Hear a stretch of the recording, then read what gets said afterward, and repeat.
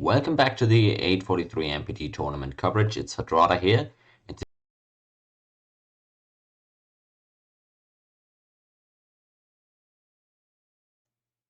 Welcome back to the 843 MPT tournament coverage. It's Hadrada here.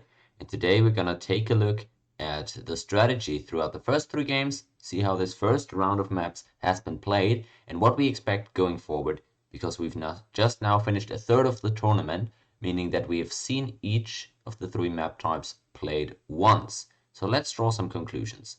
Now what I want to note here is that it's not as simple as looking at which Civ were picked and whether or not they won or lost, but rather to see the circumstances, compare their starting scenarios to everybody else's starting scenarios, and see, did they get unlucky because of the map? Was the Civ actually not as good as we thought? Or what actually happened in all of these games?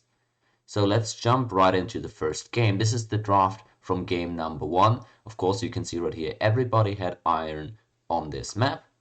We had Team Antiquity with Zulu and Rome, who ended up winning this game and getting 2 kills. We had Team Cheeze with Incans and Persians, who ended up getting last place in this game. And we had Team Halu getting second place in this game with Aztecs and Sumeria. Zardos getting that very early kill onto Cheeze's Incans with an early Jaguar Warrior play, if you guys remember that game. So what are the takeaways from this game? I personally think there's very little. Noteworthy things, Rome got very big after they were fed gold by Zulu, and they were a great kill threat in the mid to late game. Zulu and Sumeria pretty much neutralized each other, and there was pretty much nothing going on there. Incans just died super early, so it's impossible to guess how great their impact could have been. And Persian, despite being all on their own in the corner, they were just alone after their teammate died, so also not a lot of takeaways there from Persia. The Aztecs found the early kill in this game, so you could say that their strategy has paid off. Otherwise, there's not really a lot of takeaways here. Let's then look at the draft from game number 2. You can see everybody started with horse on this map. And this time around, we again had the Zulu first pick paired with the Hittites for Team Halu. They ended up getting second place in this one. Cheeze team opted for Iroquois and Incans. They ended up winning this one, getting 2 kills in the process. And Antiquity's team had Egypt and Aztecs. The game didn't go at all as planned for them, and they got last place in this one. Well, noteworthy things here, the Zulu again weren't really able to do a whole lot, but they were able to hold for a very long time themselves. They actually survived until the end, which was very crucial in securing that second place for this game. Team Cheese had 2 aggressives, great land, at least one of them spawned on river even, so they ran away with the scoring lead pretty early on, and the 2 kills also do speak for themselves. Iroquois when left alone, always great at MPT.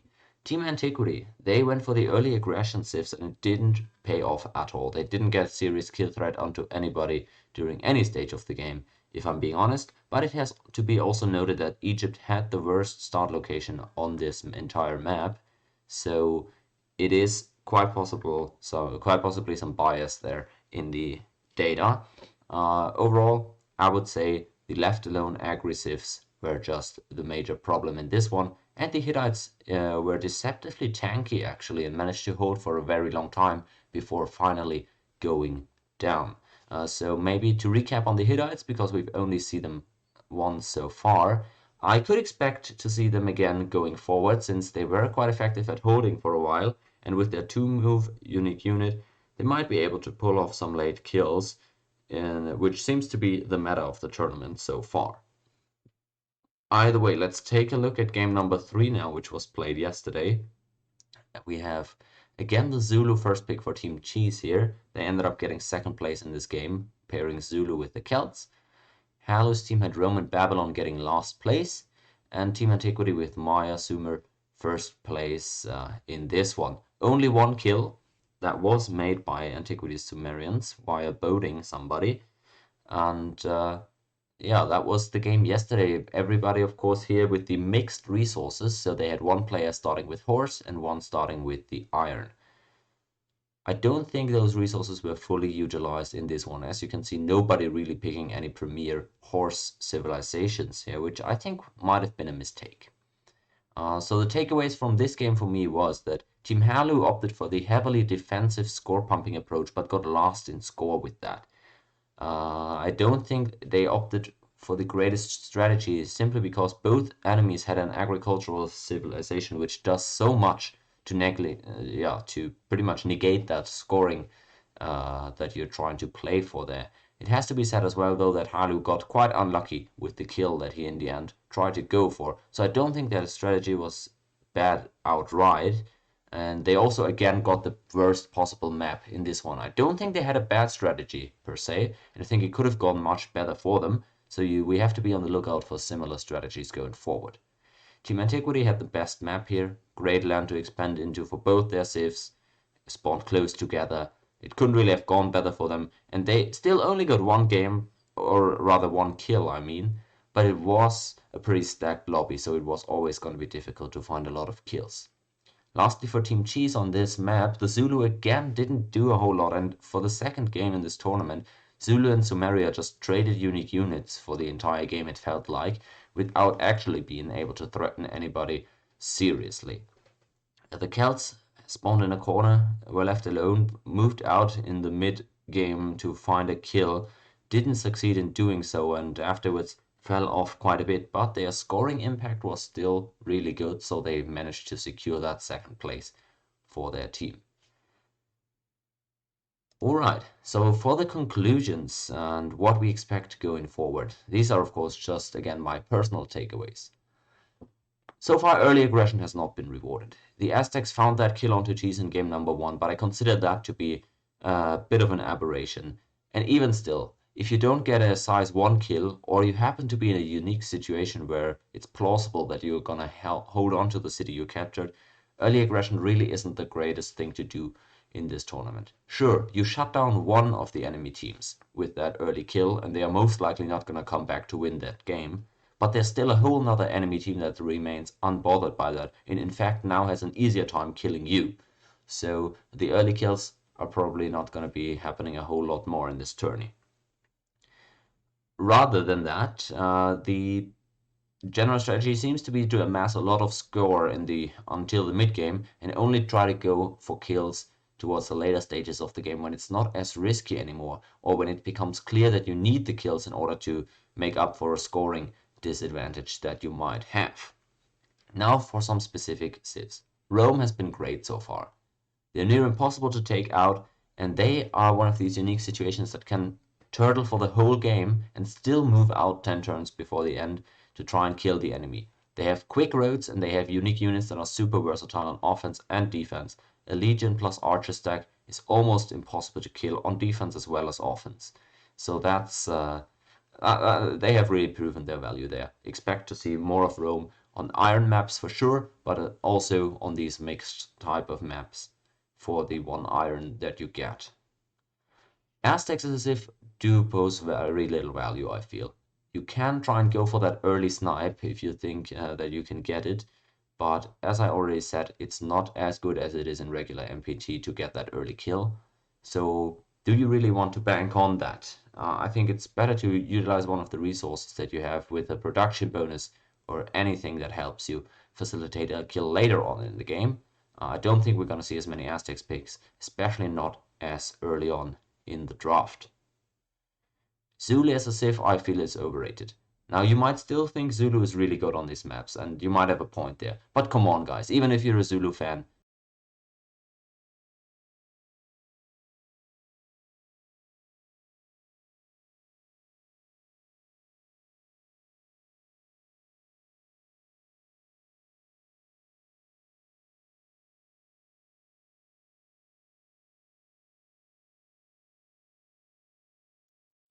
hello. Looks like I just screwed up the the video that I was playing. My apologies. I'm sure y'all were dying to hear me finishing my conclusions. But since I messed it up, I guess let's go straight into the show then.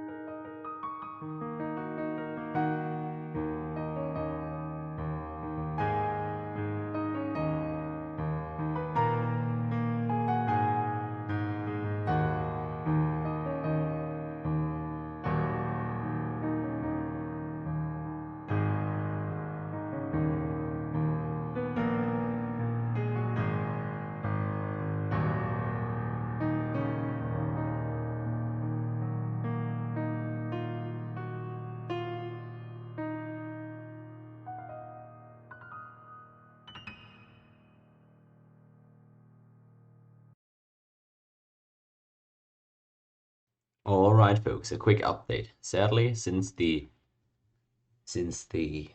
well, cancellation of my intro video that sadly screwed up, there's a little bit of a downtime that's gonna come up here as we're just finishing up the Civ draft, or we have actually just finished up the Civ draft.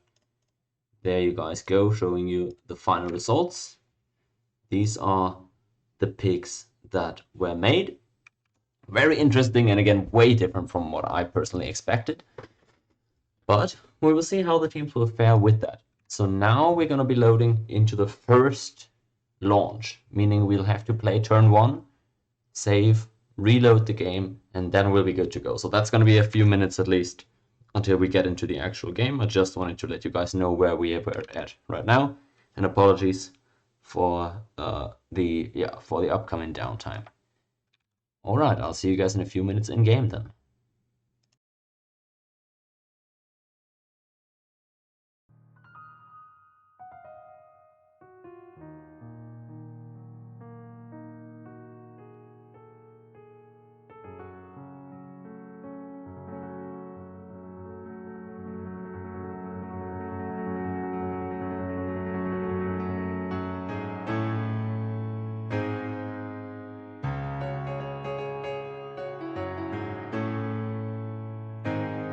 Welcome back to the 843 MPT tournament coverage. It's Hadrada here.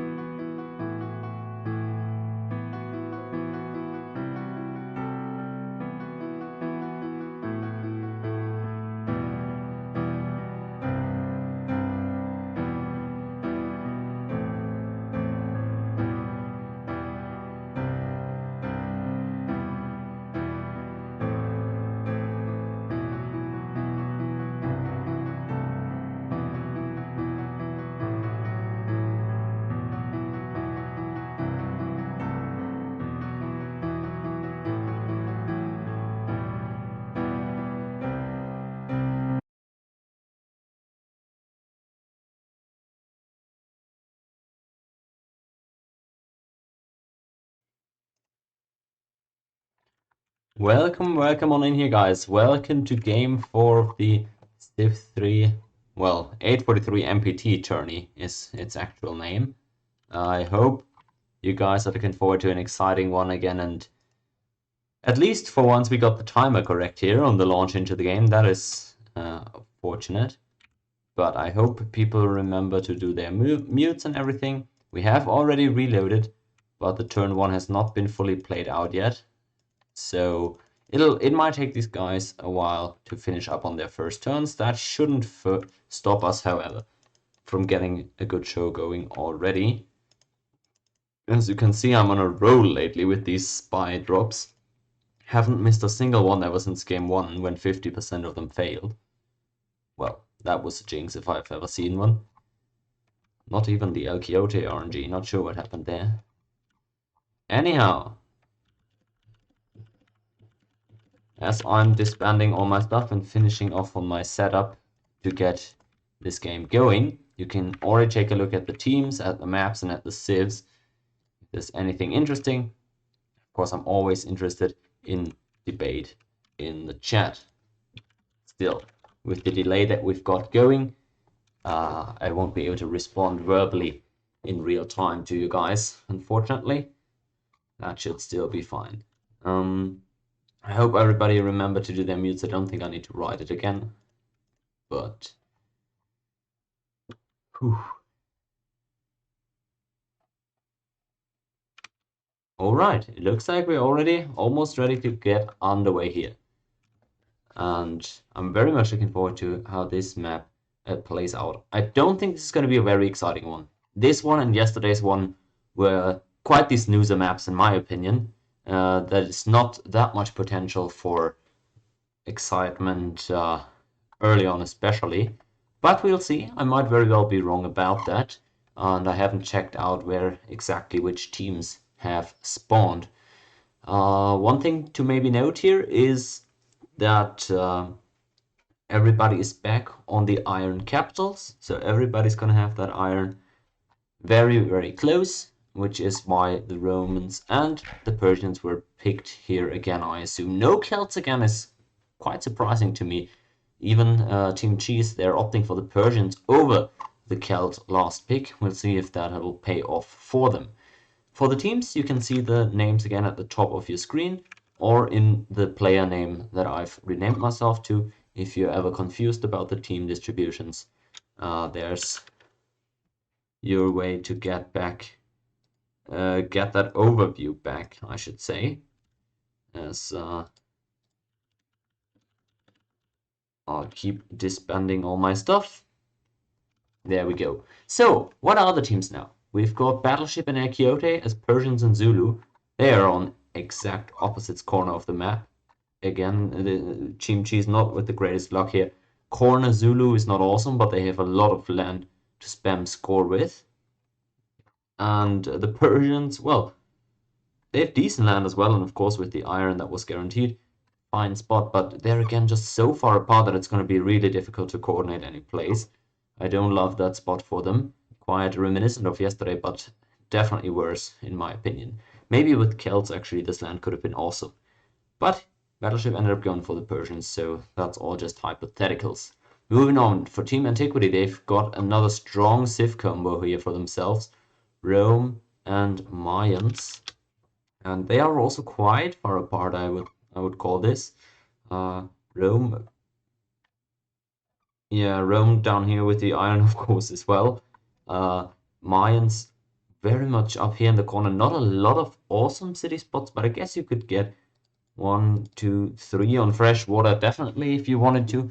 One more in the back line as well. But lots of bonus grassland to the west that I'm sure Kismic's going to be more than happy to settle, even if it's not utilizing that agricultural bonus. Other than that, yeah, pretty decent land, I guess. And for Rome, it's not great. He's not going to be making a whole lot of cities here. But that has, well, nobody has made a whole lot of cities on Rome in this tournament so far. They've traditionally been quite in the center of the map, which you could call this here the same situation for Anti. And he'll be primarily occupied with defending, I would imagine. Especially 4 enemies that could feasibly attack him well, 3 most certainly. So, yeah, not too easy that spot to play, I think, because the land really isn't that awesome. 2 bonus grasslands, but that's pretty much it. And then for the last team, Team Halu, they of course again with the 2 top players here, just like Team Antiquity, of course, they've brought Halu and Byzantine Fire, playing the Aztecs and the Sumerians. Now there might have been some confusion on their team as to which res they would have, but both of them, of course, also have iron in their capitals. We see Chops coming through. That's Halu probably going for his early barracks, if I had to guess. Oh no, sorry, Halu is Sumeria, of course. ByzFire would be the guy with the barracks, and Halu is playing Sumeria here. Very interesting choice. Doesn't strike me as a classic Halu civ. We'll see how he'll do that. And again, just like yesterday, you'll notice he's opening with a lot of roading here, so might be looking to plant that city there, pre-road it. It's also just a good road to have if you want to get out onto the map towards your enemies, so I definitely don't hate it. Defensive warrior for Tenochtitlan here for ByzFire, also pretty decent. He's sending out that first jack south, and he might be able to find Antiquity here sometime soon. I will be surprised to find that little inland lake, but it's not an ocean, so you can't build boats on this little shoreline here, which should be valuable info for the Aztecs, which already have been spotted by Elk here with the scout. He pretty much beelined on over there. He's trying to get to Battleship eventually, I suppose, but he's going to find a whole lot of enemies on the way, presumably. No early trouble for anybody so far. Kismic also probably gonna spot the Aztecs before they're gonna be spotting him. First huts are now being popped too. Halu took his one down there, and Anti getting barbs, continuing the trend from yesterday or the day before even. I don't even quite remember who popped what when, but that's also not the most important point. ByzFire now able to spot that Roman warrior, so that might give him an idea of where the Romans are at, but conversely it's much more valuable information for Antiquity, who now knows that, yeah, there's some Aztecs in the vicinity and you don't want to mess with them early on. He wasn't gonna play very aggressively anyways, I don't think. By aggressively, I mean, of course, well, carelessly is what I mean. He wasn't gonna send out a whole lot of units early on.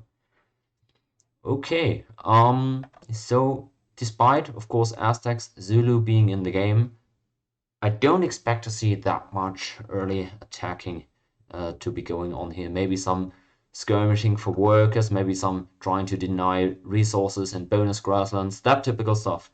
But since this is again a very high elo lobby, only Team Cheeze really with some of their middle tier picks in terms of players, I wouldn't be surprised if this also wasn't another one of these games where the kills take a while to come through, which is totally fine, right? And that does seem to be the predominant strategy here, especially in the higher tier lobbies, so wouldn't be that big a shocker. Looks like Chop's also gonna come in for Battleship. He's gonna go for that barracks before even the settler. Not sure it's a choice I really love here, since he's scouted a little bit over there in the east. I'd assume he feels rather safe, but no direct second settler, it looks like, which I was just about to point out. Of course, Kismic over there on the Mayans, just like I said yesterday, as soon as that city hits size 3, he's always going to try to get that settler out.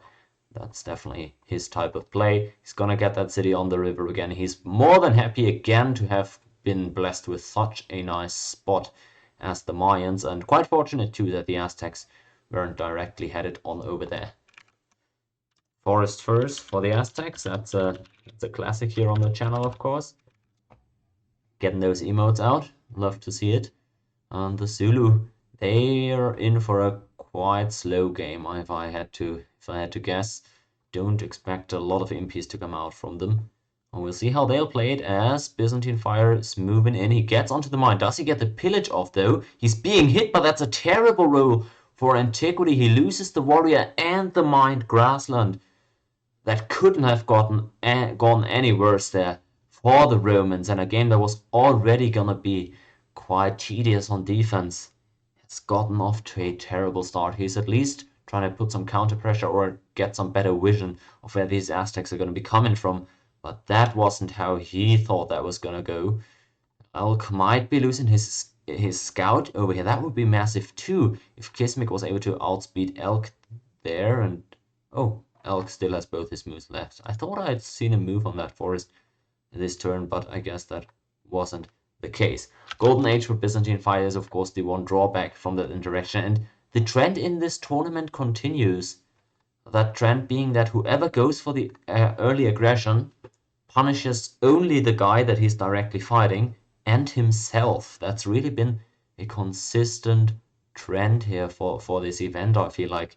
Sure, you can put somebody behind by quite a bit, but it's also very often a drawback for yourself. And this early Golden Age is definitely not ideal for him. At least he gets 3 shields out of this Forest Fertile now, but he wasn't planning on using that this early, I don't think. Battleship not having spotted any enemies yet. It's quite surprising. He hasn't checked this hill, is what that means. Neither this one, but he should do that pretty soon, I would imagine. And we could again be looking at a somewhat dangerous situation. Oh, never mind. Never mind. Halu and Byzantine Fire are, of course, on the same team. No need to freak out for me there. Aztecs and Sumer getting contact there. I would guess that is the first set of teammates that have contacted each other. Yep, no contact between Mayans and Romans yet. And Zulu Persians are actually even going to get that con through before Team Antiquity is. Which, well, that's the power of the scouts, it looks like. Unless some barbs come on in and completely throw a wrench into his game there. Enkidu spam is the plan, I guess, for Byzantine Fire, and he and Halu, they might really be able to do some damage onto Antiquity here. I feel like Rome is definitely going to rely to a great extent on some help from their teammates, and this game might turn into a Halu Biz versus Antiquity-Kismic battle with Battleship and Elk just sitting back a little bit and observing for a while. That would be pretty good news for Team Cheeze, I think, and I have no way of telling yet who would come out ahead in that battle between Teams Halu and Antiquity. Place your bets now, guys. I really can't tell who's favored in that one, because the early Golden Age for Aztecs isn't great, and Aztec Sumer aren't traditionally great civs at building stacks and overwhelming people. But Rome isn't off to a great start, and it's also quite far away from their allies, so that could get awkward for them. Managed to get onto Aztec's iron even, but that isn't all that important for now. They're trying to make contact with each other, as you can see there in the enemy capital. Excuse me. They should be able to do that, but still, they're a bit behind. Yep, that scout is still around for Battleship. He might be trying to give that hut over to his teammate. Let's see if everybody actually kept their settlers. Yep, they did. Good job there. Gotta check in with them every once in a while, you know, just so nobody feels bad that I don't recognize their fair play. Either way, we have one MP out for Elk, but just as I said, it doesn't look like he's gonna be spamming them. Another Jaguar comes in into Rome, blocks another bonus grassland. I assume Antiquity is going for some archers now, just to be able to clear out those occupants in his land. He's actually chopping a barracks, as it looks like, and well, he might also be chopping for a granary, but that wouldn't be ideal in that circumstance, I don't think. Interesting city plant there at Pasargade. He didn't want to plant on that bonus grassland, I assume, and planting on that forest would have been good for corruption, but you don't get that sugar if you do that, so I guess good city plant. And again, I'm not 100% confident that corruption works the same way as it does in regular MPT for this one. Either way, it looks like plans are already being made. Battleship telling his teammate to save up some gold. He's probably looking to get in onto those Sumerians that he's just spotted in the west. Chop coming through for Antiquity. He's got those barracks, I assume, now. And he's made contact with his teammate too. So that's at least a relief of some sort. might actually go for that worker steal, the two of them. Feels like that might be worthwhile, although you enable the Aztecs to move out with a lot of additional units if you do that, and they might not be ready to allow that to happen. Whew. Alright, Battleship now sitting here in the middle between Antiquity and Halu. That's funny. He's just getting to sit back and watch for now whatever they're working on. And I think he quite likes what he's seeing there. He can just watch from a distance for now. And Zulu even coming on over there with the MP that they got out. Still only one MP, and I agree with that choice. I think it's good for out not to overinvest in those units. You don't even want that early of in gold age anyways, so why not just make 3, 4, 5 cities and then start getting some units out. I would definitely advocate for some naval play for Team Cheeze on this map. Well, not so much for Battleship, but players such as Halu, Kismic and Elk should unquestionably get some coastal cities out, and Team Antiquity might actually get 2 players with some coastals. There's decent spots for Rome as well, if they ever got free enough. So, I wonder if they're gonna be doing some naval plays as well. But the rivers also make that quite difficult. Oh, Rome on fire! That might alert the enemy that there's only 1 unit in that city. And yep, not Byzantine, but of course Anti recognizes that he's playing with fire here. See what I did there? And he's moved another warrior back in that city. That could have gotten dicey there. Painful disorder, and this game is not going in Anti's favor at all so far. You can see there he's gotten the terrible roll on the mine bonus grassland, has lost that in the process. He's keeping his iron for now, but he doesn't have any roads leading there, so that's going to be a while before he gets those legions out. And even then, he's still just on 1 city. No tile improvements beyond those roads that he's gotten.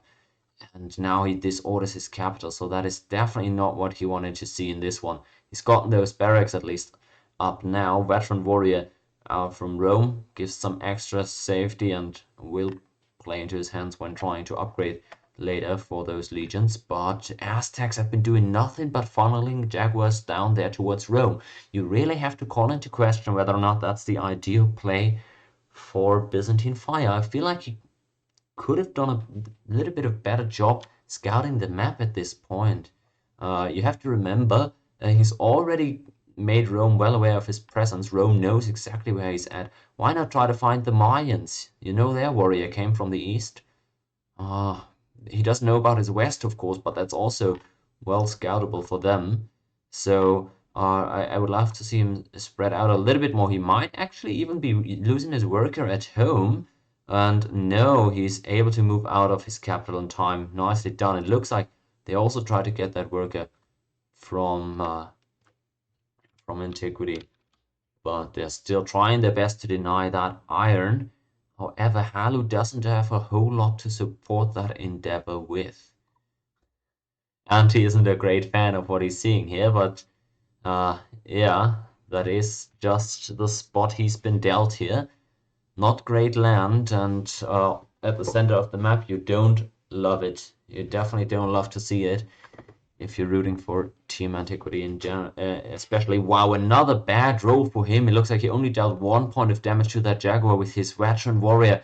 He's losing out, really losing out on unit capital here, and so many more Jaguar warriors are still yet coming in. He lost that warrior on offense too, so he really doesn't have great information anymore of what the Aztecs are doing. I honestly feel like Anti might be in some serious trouble here. I'm not sure he's actually going to be able to road up to that iron. I wonder how they're going to go about that. Team Halu, they might try to take this floodplain road first in order to make any reinforcement onto the Iron Hill impossible. That's what I would assume. So, but Anti really suffering some heavy pressure here, getting the full rage of the Aztecs unleashed onto himself, and the Zulu and Sumerians even joining in on the fun. You really gotta keep an eye on the rest of the map though he reinforces that hill, or he at least moves a worker onto it, but he now loses the road. Oh, I really saw that coming, but it just didn't look like Anti had enough units to stop that from happening here. And now it's gonna be real tricky to really get back to that iron. These tiles are getting fewer and fewer that he's controlling. Might call into question his decision to still guard his road north. Maybe those warriors should have been used to guard that road as well, but really Halu and ByzFire are ruthless in their pressure onto Rome here, and I'm still not sure who actually is coming out ahead on these trades here, but maybe Team Antiquity being, as you can see in the bottom right corner of the screen, maybe them being ahead in the tournament right now makes them a prime target as well. I've just got to say though, this is probably nothing personal or strategical, it's just about Rome being at the center of the map. Is why I assume they would be targeting him this heavily. Well, was that a rubber? That looked like a rubber band. Bit of an exploit, but well, I guess that happens in MPT. I'm not too stingy about stuff like that. Oh man. 4 cities now for Kismic though. He's grown real nice. Is that... it's a bonus grass. I'm not sure why he's landing right on that, but either way, decent city for the Mayans. And since everybody is really sitting on Rome there, what is the rest of the map going to be doing? I really wonder what Halu's team is looking for here. Are they just trying to keep Rome down, keep them from upgrading? Or are they actually looking for a kill within the next 20 turns? Because if they are, I'm not even sure that would be that great of a play. You want to make sure you can take out the entire team when you go for plays like that one. And Sumeria coming in with the reinforcements too. They're gonna try and cut that iron off for good. As Alk is moving on through with his MP. Don't think he's entered Golden Age just yet. And more MPs start coming out now. He's now gotten a bit of better sense of the map right now. I wish he would stop MP production right now and lean more heavily into settlers. Might be chopping a barracks in Ulundi right now. Might be better off with a granary in all honesty. Either way, let's focus a bit more on where the actual action has been taking place so far. 4 cities. This is very reminiscent of yesterday's game for Kismic. He's all fine. And again, he's getting scouted by the Zulu scout, just like yesterday. His backline will be well explored. Everybody's getting in on Rome. Elk is also now realizing it is funny, but he's probably hoping that his teammate Battleship there is going to be able to, with his upgrade, get the actual kill once people start folding here in the southwest. That would be ideal. They've already got that iron hooked. I wonder what the initial upgrade is going to look like and if he's going to try to go for that 1 per turn immortal production from Capital with the Golden Age rather soon. Golden Age also being prepared by Kismic, it seems like. Has that unique unit up. Might just be trying to farm some barbarians, which curiously haven't spawned at all yet on this map. Oh, that's because nobody's planting cities, I guess. Need an average of 2 cities per player, and since I'm also in here with just 1 city, that might be delaying those barbs by some margin as well. Alright, Sumeria, everybody now finally, I think, having scouted each other, nobody gonna be surprised anymore. But one piece of good news, I guess, for Antiquity might be that that Aztec Golden Age is very likely about to run out here. That would be my guess. Looks like no successful combats end of turn here. And he's really looking to hold on to that road. He's guarding it. Trying to road around that blockade now. But I'm not sure that's enough, what he's got right now. Once those Jaguars are healed fully up, I expect Byzantine Fire to hit that road right next to Rome with everything he's got. And if that attack is successful, I see very bad fortunes for Antiquity. Is he moving those warriors off? No, he couldn't. He couldn't have any less on that hill without surely losing it. He's really already stripped pretty thin with his defenses. None of these tiles is really safe. Gotta wonder how much he's got in Rome itself. I've got that spy on him, don't I?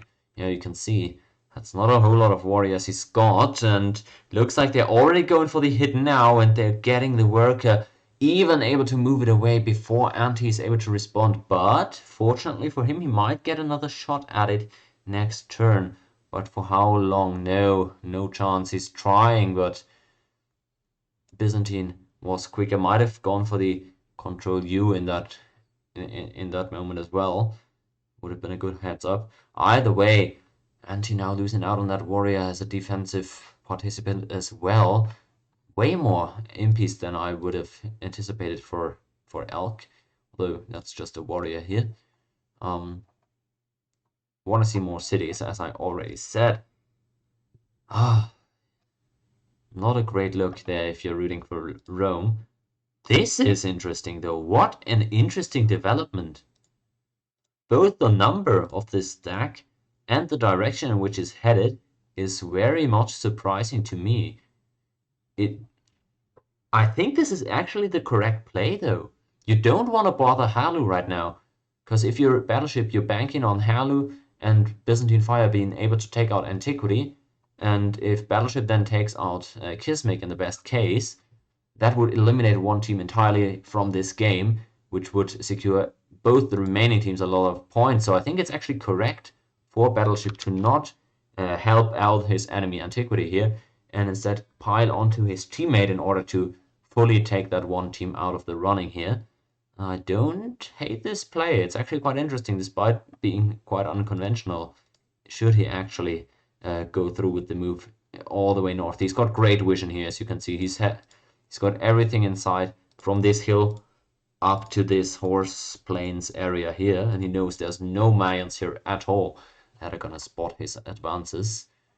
Kismic looks like he's looking to fish for his golden age now. Also just wants to alleviate some pressure from Antiquity, I'm sure. But with that Aztec golden age about to be running out, I wouldn't be all that surprised if Rome was able to, well, survive this whole affair. I don't think they're really gonna be freeing themselves anytime soon, but the Aztec force isn't gonna get that much more intimidating, I don't think. Although Byzantine is doing a decent job of keeping his units together, but he's now starting to lose out on a few of them. Looks like Elk's scout was finally lost there on Kismic. Didn't get to scout the entire coastline, I don't think. But trades are happening now. Rome is also getting quite low. Is Halu actually attacking into this right now? I'm not 100% sure, but it looks like there's only one warrior remaining inside the city for Antiquity. He's taken a few rolls now to clear those Jaguar warriors out, but it looks like that might end up getting him into some real trouble. I'll save the game actually, because this seems to be a crucial turn of the game that might, yeah, would be tough to redo if we had to reload.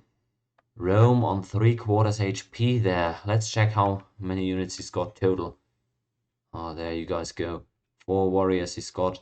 That's 2 in Rome, it appears. So might have another wounded one or a regular one underneath that veteran. So it's not all that bleak, not all that bad as it's looking right now. But he's really gonna have to keep reducing them. Is he gonna lose that iron? Or yeah, he's able to get onto it, but loses the worker again now. Yeah, really, Antiquity is trying to make the best micro decisions possibly, but from a macro point of view, the attempt at seizing that iron seems more than futile at this point. And with those archers now reinforcing from the Aztecs, he's gonna need to do warrior per turn and cap, or otherwise he's just gonna die. They've smelled the blood in the water last turn when they saw that 3/4 HP in Rome, and they might just send it and straight up attack once those archers arrive. ByzFire asking for a bit more gold. He's not upgrading anything obviously, but maybe he's got some upkeep problems here is what I'd imagine. Don't think they're attacking a whole lot at this point, but they'd want to make sure not to disband any units when they're going for such an aggressive choke and potentially even a kill. I still like the play from Battleship, by the way. He's chosen a good angle to walk, but the issue there is that not only did Kismic just complete that upgrade, he's also got some pretty efficient defensive vision of his own, so I don't think he's gonna be dying to that attack. Settler was that a settler? There was a settler for the Aztecs there, looking to plant that city across the river, it seems. Pretty bold decision, pretty bold attempt by Byzantine Fire. It's across river, as you could see, so maybe not the safest option there for him. Plant on the first or something might have been safer. You might have to hold on to that one for a while. Only one spearman, and not sure how many archers he's actually got at home. Oh, no spy yet onto the Aztecs, so I'll do that right now. There we go.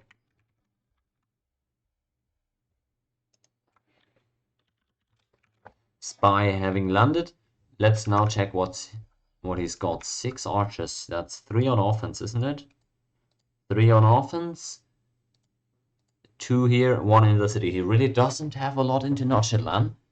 And with that settler looking to plan on that hill here, apparently, he's got to make some defensive units now. Can't afford to send that much more out. That worker that he's going to get from Rome is going to help, certainly. Attack coming in from Kismic now. He was trying to get his Golden Age off of the warrior there on the first, but he didn't succeed in doing so. That's big investment there, of course. 30 shields and your Golden Age unit that you really were hoping to use there. It's not going to be able to get Golden Age from his teammate in this game, I don't think so. Gonna need to find a better way to secure that. And that fortified warrior on the forest was likely one of the best chances he was going to get. Still some threat coming in from the south, but as long as he doesn't move out, he should be all fine in defending that. Kismic, who has a reputation of a player that tends to die somewhat easily, is gonna have to prove us wrong here and demonstrate his survival skills, whatever. Looks like my west. Yeah, alright, good assessment there from Biz. Of course, I criticized him earlier for not scouting the map a whole lot better than just sending everything south, but of course, adding up all the information that he's gotten, he's gotta have a pretty good sense of where everybody's at this point. Of course, he doesn't know how far away the Zulu are, but as he just moves in with those archers here, next turn, or is it already this turn? I'm not exactly sure what the plan is right there for the attack. It looks like they are hitting into Rome though, and Anti can't have a whole lot of units in there. It's getting difficult here. Another warrior getting low, but he's still got some in there, an archer even. And the archers from Byzantine start becoming less and less. Is he gonna hit with that Jaguar too? Oh, he's thinking about it, but I'll save again real quick just in case, because these combat rolls are always difficult to replicate. He's lost a bunch of units there. He was really looking for some better rolls there, I assume. Halu's got some units around even. So if it really got close, they might be able to take Anti out, but it feels like finally Rome got some decent rolls on that attack. We're able to hold on fine, and no low HP units showing on top yet. As soon as that regeneration comes in next turn, maybe they're looking to go for an end of turn attack actually onto the city, but it isn't happening here. And that's great news for Antiquity. He heals up all the low HP units. I'm not sure how many he had there, how many were surviving, but it might have been 2 or 3 low HP ones, which would put him in a pretty decent position. Let's check him out actually. He's only got that one warrior, as Battleship hasn't yet been spotted by the Mayans. Where is Rome? There we go. Yeah, everything but that one warrior is in his capital. So just by checking the F3 menu here with 4 units in the capital, I think he should be fine for now, especially with the archer providing that defensive bombard. I don't think he's gonna die to that, just barely able to hold on. But really nothing much more than that, just surviving. It is. Interesting. Why Halu? Alright. Interesting moves here from everybody. Maybe trying to bait Rome to attack out of it. Byzantine Fire already planning ahead a little bit, and he's thinking that he might be in a difficult spot there between two enemies who have been expanding all game. If you just look at the score, you know that both the Mayans and the Zulu are bigger than you. Two enemies flanking you might be a bit awkward. However, it's not that bad just yet for him. His spot is pretty decent so far because, well, nobody's moved in on him yet, is basically what I'm trying to say. But they failed in taking out Antiquity there. So we gotta see.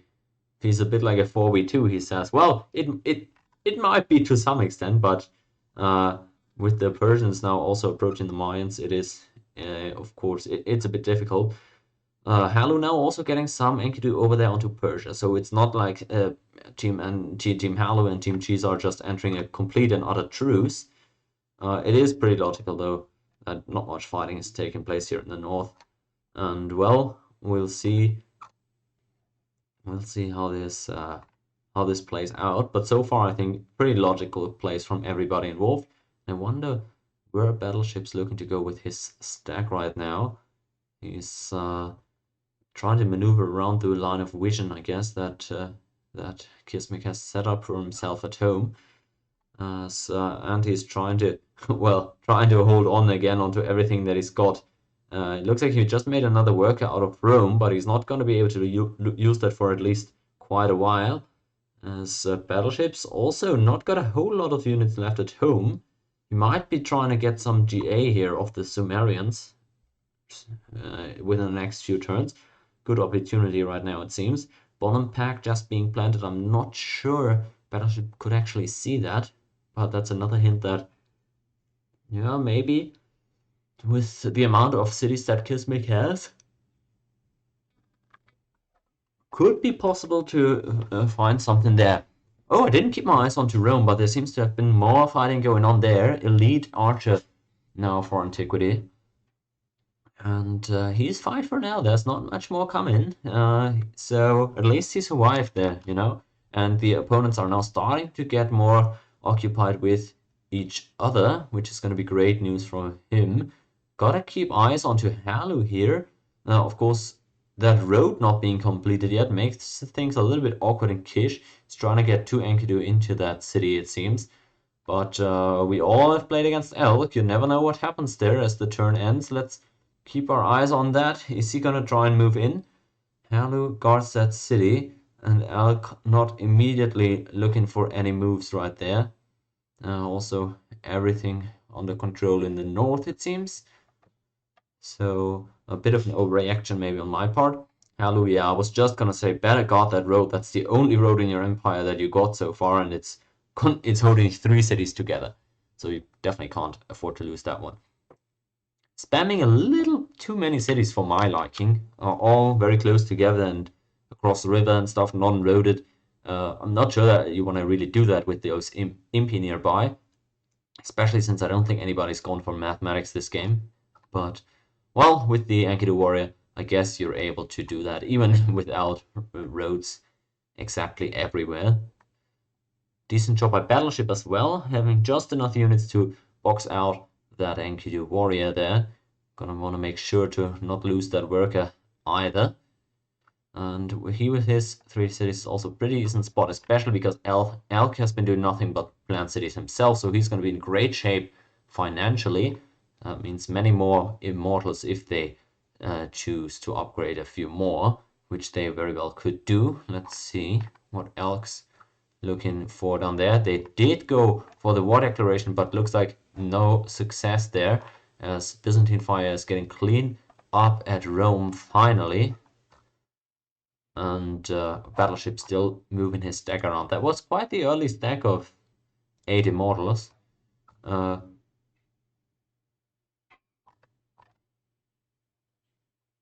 What's Kismic on about? I'm scared. I'm scared. Has anything happened? Did I miss something? Did I mess up something? What? Oh. I didn't see that. That must have been. Has he been chasing this impy forever or what? I haven't kept my eyes on that part of the of the map, but that's funny if he's just been chasing that guy forever. Uh, I didn't see that, but oh boy, it's a weird game, isn't it? Persia and Maya, not sure where they got into it at this point. However, oh, must have been on that mountain here. Looks like Battleship's trying to go for some misdirection. We'll see whether or not that succeeds. I'll still with that one MP at Halu at least keeps him a bit honest at home. But I anticipate a little bit more intermingling between all these players. Because, as I said, the assault onto Antiquity has stopped about 10 turns ago. Is that pillage gonna go off? No, looks like he just fortified there. Interesting. Looked weird. By the way, Battleship really taking his time over there in the east. He's scouting with the warrior and he's got his forces in the back. Lol, that is interesting. Looks like Byzantine Fire and Kismic also bantering a bit there. Maybe he hasn't gotten that golden age. Or maybe no, maybe he's actually talking to Halu. I don't really know 100%, but Halu's definitely entered his GA because we saw Elk attack into him just a few turns ago. So Halu now with a 5-city GA, pretty decent spot for him. He sadly doesn't have any horsemen to stack, and also no Iron Hook yet for Swordsman building, but he should be getting a ton of archers now, if nothing else. And interesting, they're still trying to force down Rome here, which is, of course, the obvious play here for Team Halu. And yeah, that game plan that Byzantine just formulated just sounds pretty sound. The road being constructed now towards Rome is also pretty clear indication for Halu being on the same page there. Mayans strong versus Aztecs isn't a huge surprise, looking at the balance of forces there between the two, as nobody has fought Kismic just yet, and Biz is very confident that he's gonna die sooner rather than later. And wow, really? The upgrade coming through there for Antiquity now. That is a head scratcher there from Halu, and probably last turn he really did mean to pillage that iron, and it got cancelled or something. That's the only explanation I have, but oh boy, that's definitely not what Anti was hoping to see there. Gets that worker taken away from him. And with that one Legion upgrade, he didn't make a whole lot of progress there, but at least he's got a way to access his GA now. And the 3 defense unit, of course, in the city is also gonna serve him very well. That road being cut now. Well, alright. That is an army composition. Somebody should screenshot that. What turn are we at? Turn 40? That's the Roman army composition. Oh boy, that's just a pain to play. But we've all been in those MPTs in the middle of the map with one city, just holding on for dear life. It is the real MPT experience. Another Aztec stack trying to make his way over, and the game plan's really been formulated. Maybe fortunately, actually for Anti, that his iron has been cut now, because he's now able to make some warriors again, just to stuff his city full of units even more. Yeah, he doesn't have any unit support to pay either, so as funny as it sounds, he doesn't have any production, of course, since all the production tiles are being blocked by the enemy. But at least he's not running broke and disbanding legions. That would, of course, be terrible with the limited resources that he's working with already. Really wonder what angle Battleship's looking for here on offense, though. Guess we gotta wait and he'll potentially surprise us. Looks like he's gotten Golden Age off of Sumeria there. I didn't quite catch what happened, but there was an Enkidu warrior there. And the only way I could have really seen that being cleaned up is by an Immortals. So 3 CDGA for Battleship, pretty neat as well. Must be getting those 1 per turn Immortals soon in Persepolis. And still, Halu's taking his time there. So I'm not sure if Biz and him are exactly on the same page about the timing of that attack, because Biz is really trying to press the issue right now. I'm not sure what that... Oh, he's trying to get GA. He's trying to get GA off of that Enkidu, moving over the river to get that defense bonus. Yeah, get rid of that. I wonder if Halu is going to give that Golden Age or if he's just going to take the roll. We will see how Anti ends up playing this. Yeah, I made another warrior there. He really can't make much more. It takes him ages to make archers, even if he's working these two planes, which are really the only production tiles that he can work. Even if he does that without Golden Age, that's just 3 shields per turn. Can't do archers that way, so he's really working with almost nothing, and bad roll on that veteran or on that elite archer even earlier. It's quite unfortunate too. Finally, it looks like Kismic must have gotten that Golden Age somewhere, probably into Noshidlan. Again, didn't catch the exact sequence of events, but I'll trust Byzantine if he's calling that out. And Kismic's gonna keep on stacking units. He's gonna be the most potent offensive force on this map, and that is one of the more game-deciding roles here. We've got Antiquity with the Golden Age. He can do archer per turn now with these tiles that he's freed up for himself. That is some major progress for him, and he made another warrior last turn, but he can really go for that archer per turn now and make it so much more costly to attack into him. Legions already are so difficult to get rid of, so I feel like he's in a pretty good spot to keep on doing what he's been doing, which isn't much, but did he really just have an Impy run away from him again? I don't see the Impy at this point though, so maybe he still got him, but it is funny. The Elquijote RNG tactics. Didn't know they also included making the Impy run always. But hey, that's what you got the fast units for, isn't it? Halu now really transitioning some offensive units over there. Alright, he's now pressing the issue. Not sure why he's... Oh, he's moved those workers back. Interesting. Thought he might want to continue that road, especially if he's looking to take that city. I think it would have been a good idea to keep on roading there. At least 2 legions, maybe 3 is what Biz is saying, and pretty much spot on there. 3 legions is a solid defensive force, of course. And it looks like... Oh, we gotta see what is Kismic doing with that spearman. I wonder. He might be trying to get onto those hills, and that would be a good choice for him if he was looking to do that. As burn camp for the Aztecs. Glad to see. Those emotes are not going to waste. Guys, at this point, who's ahead? Who's taken away the most points out of this game? I could honestly and truthfully see each of these 3 teams winning this game still. I'm not saying all of the equal chance, but I'm saying nothing's off the table so far. Really could go anyway. And a good play here as well, blocking these plains tiles. I mentioned it earlier, but that's the only production he's got. He's going to try to attack into it now, Antius. And good enough roll that he's not going to lose that legion. Was a decent idea by Byzantine Fire, but that's another Jaguar warrior gone.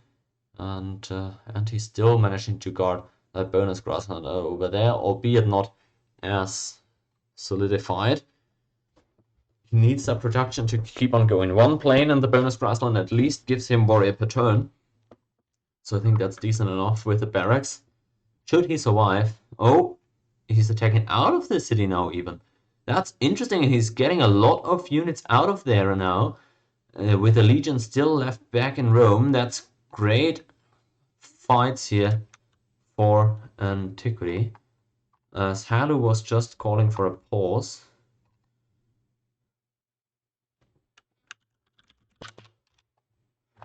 Is there any movement going on right now? There is. I want to see if... Alright, looks like...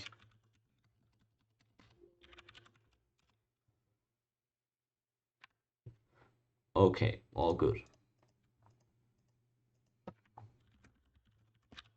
Asking him what's up. Let's see.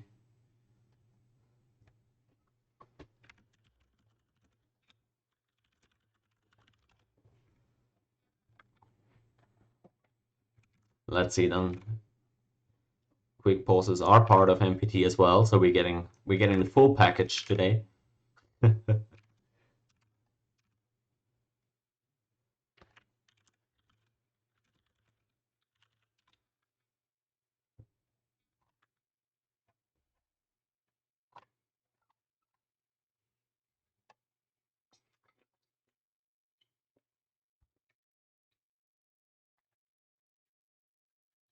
All right, a really great turn of events. Last turn for Anti. He's freed up another bonus grassland there, gotten rid of that one more Jaguar, and now able to at least survive with all these legions as well, I would assume. So I don't hate it. He's getting in better and better shape here. I don't think Halu and Biz can take him out just like that. Of course, if Halu sent everything forward, I think he would be able to overwhelm him. But he can't also be all that confident, because there's still Battleship over there in the east, and Halu has scouted him. He knows that there's the Iron, the size 7 capital, and the Golden Age. So, well, if there's an actual Golden Age, and again, I'm not even 100% certain on that.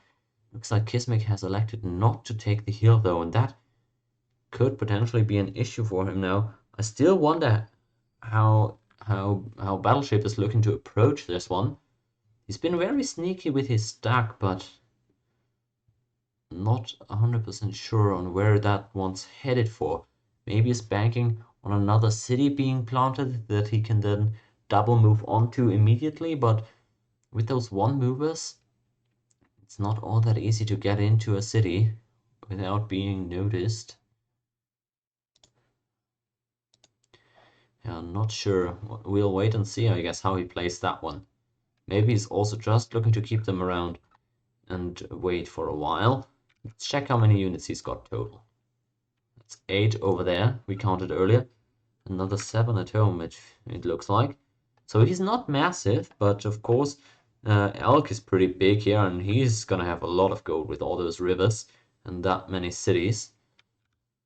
What's he been building, actually? Just impies? Yeah, pretty much a lot of warriors too, so Elk also probably go in for a swordsman stack. He might be trying to take out the Aztecs eventually, but that might cause a clash with the Mayans, who are our big stack bullies, I would assume. Yeah, alright, look at that. That is pretty serious. Oh, if he's not moving out there, I don't see him really going down. So wonder where that goes. What that will lead to.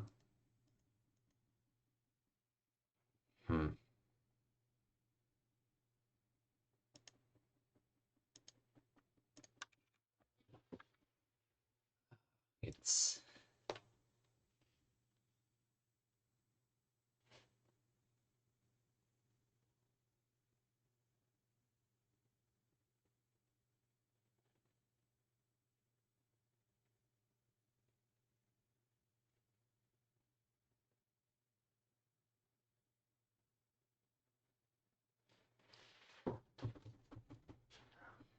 I don't know, folks. I'm not sure who's in the best spot right here. It's really tricky. I'm loving nobody's side right now. I really am not. Kismic is mega huge, but his teammate is almost non-existent. He's stoking a lot of pressure though. Halu and Byzantine have the most pressure right now onto Antiquity, of course that is. But I'm not sure they even have enough for the kill, let alone to be able to defend afterwards. And Elk and Battleship, they don't have a lot of units right now, and their offensive force is very much out of position and not looking like it's going to accomplish a whole lot. So I'm not seeing this being decided very soon. This is going to be another one that goes relatively late, if I had to guess. And then, of course, Zulu with so much more land that they could expand into. I could see them amassing a whole lot more score. Persia, maybe another city or two on the hills, with some libraries also suited pretty well to get some scoring spam going. And the Mayans, of course, already so far ahead in score. 20 score ahead of the next highest. It's just ridiculous what you can do with that Civ. And you really see it right here. They always seem to get these great spots in this tournament. And they're really making the enemies pay for that. Aztec and Rome I don't see growing that big and getting that much score. I agree with Byzantine. He's very likely to die at some point this game. Antiquity might as well, but I'm not that certain on that. And Halu, well, it really depends. how things go this game. He might be able to uh, plant tons more cities, but that is only if his units are freed up and nobody's pressuring him very hard. So I don't think Halu wants to capture Rome. Ideally for him, Byzantine would be one taking the city. Somebody would retake it, and then Halu might retake it. That would actually be the ideal turn of events for him. He could then also plant some more cities at home, possibly. But you gotta make sure if you're the last surviving player for your team, you definitely don't want to die, unless some other teams maybe die before you. But you don't want to come in last and be the first team to be died, to be killed. Let's see if everybody is actually present. We've got 2 A's right now. Byzantine also here. Anti here. Kismic missing. Asking him. Everybody else has confirmed. All right. There we go. We're back on the way with the game. Pretty decent pause. I'm happy we didn't crash either. Hope Byzantine has the enemy team muted again. Still didn't need to unmute them anyways. As long as they're talking to me, I'm all good with that. And I really wonder, it looks like a swordsman coming out here. So now it's starting to get real dicey for Battleship. You know that one way or the other, Kismic's gonna step onto the tail next turn. So where are you gonna go with your immortals? Not entirely sure. I didn't catch that conversation that Team Cheeze are having right now. But it looks like Battleship is really trying to expand a little bit more, get some more cities out. That road is pretty interesting. I thought he would just go for some hill plants, but all right, Byzantine, he's got that clear game plan in mind. Halu gathering his forces too, but can't commit everything there either, because the enemy is watching. He's moving more and more units up. All right, they are committing. I like that. The coordination is there for them. They're gonna need that. It looks like, wow, that is massive. What? Is that what I think it is? What did that regular warrior just defend against the swordsman? That buys Battleship one entire turn of units being able to be moved. Now still there's no chance in hell he gets a kill here, but we'll see how that goes. Byzantine Fire sees Team Cheeze in a great spot this game. We'll see, because, you know, the Mayan score has got to be intimidating for anyone. I'm not that sure, actually. They're having that great of a ride here. And these immortals, they're gonna, I think they're all gonna die here rather soon, unless he's moving them back now. He's gonna have to move in end of this turn, right? And double move onto the forest, but even then, what are you doing there? What is he actually looking to do with that? As nobody else is under lethal threat, it looks like. Is he gonna go for the move in? No, he's just fortifying for now. Palenque not on a hill either, but he's got the roads. He has no chance. Kismic dies to this, is there? Oh, it's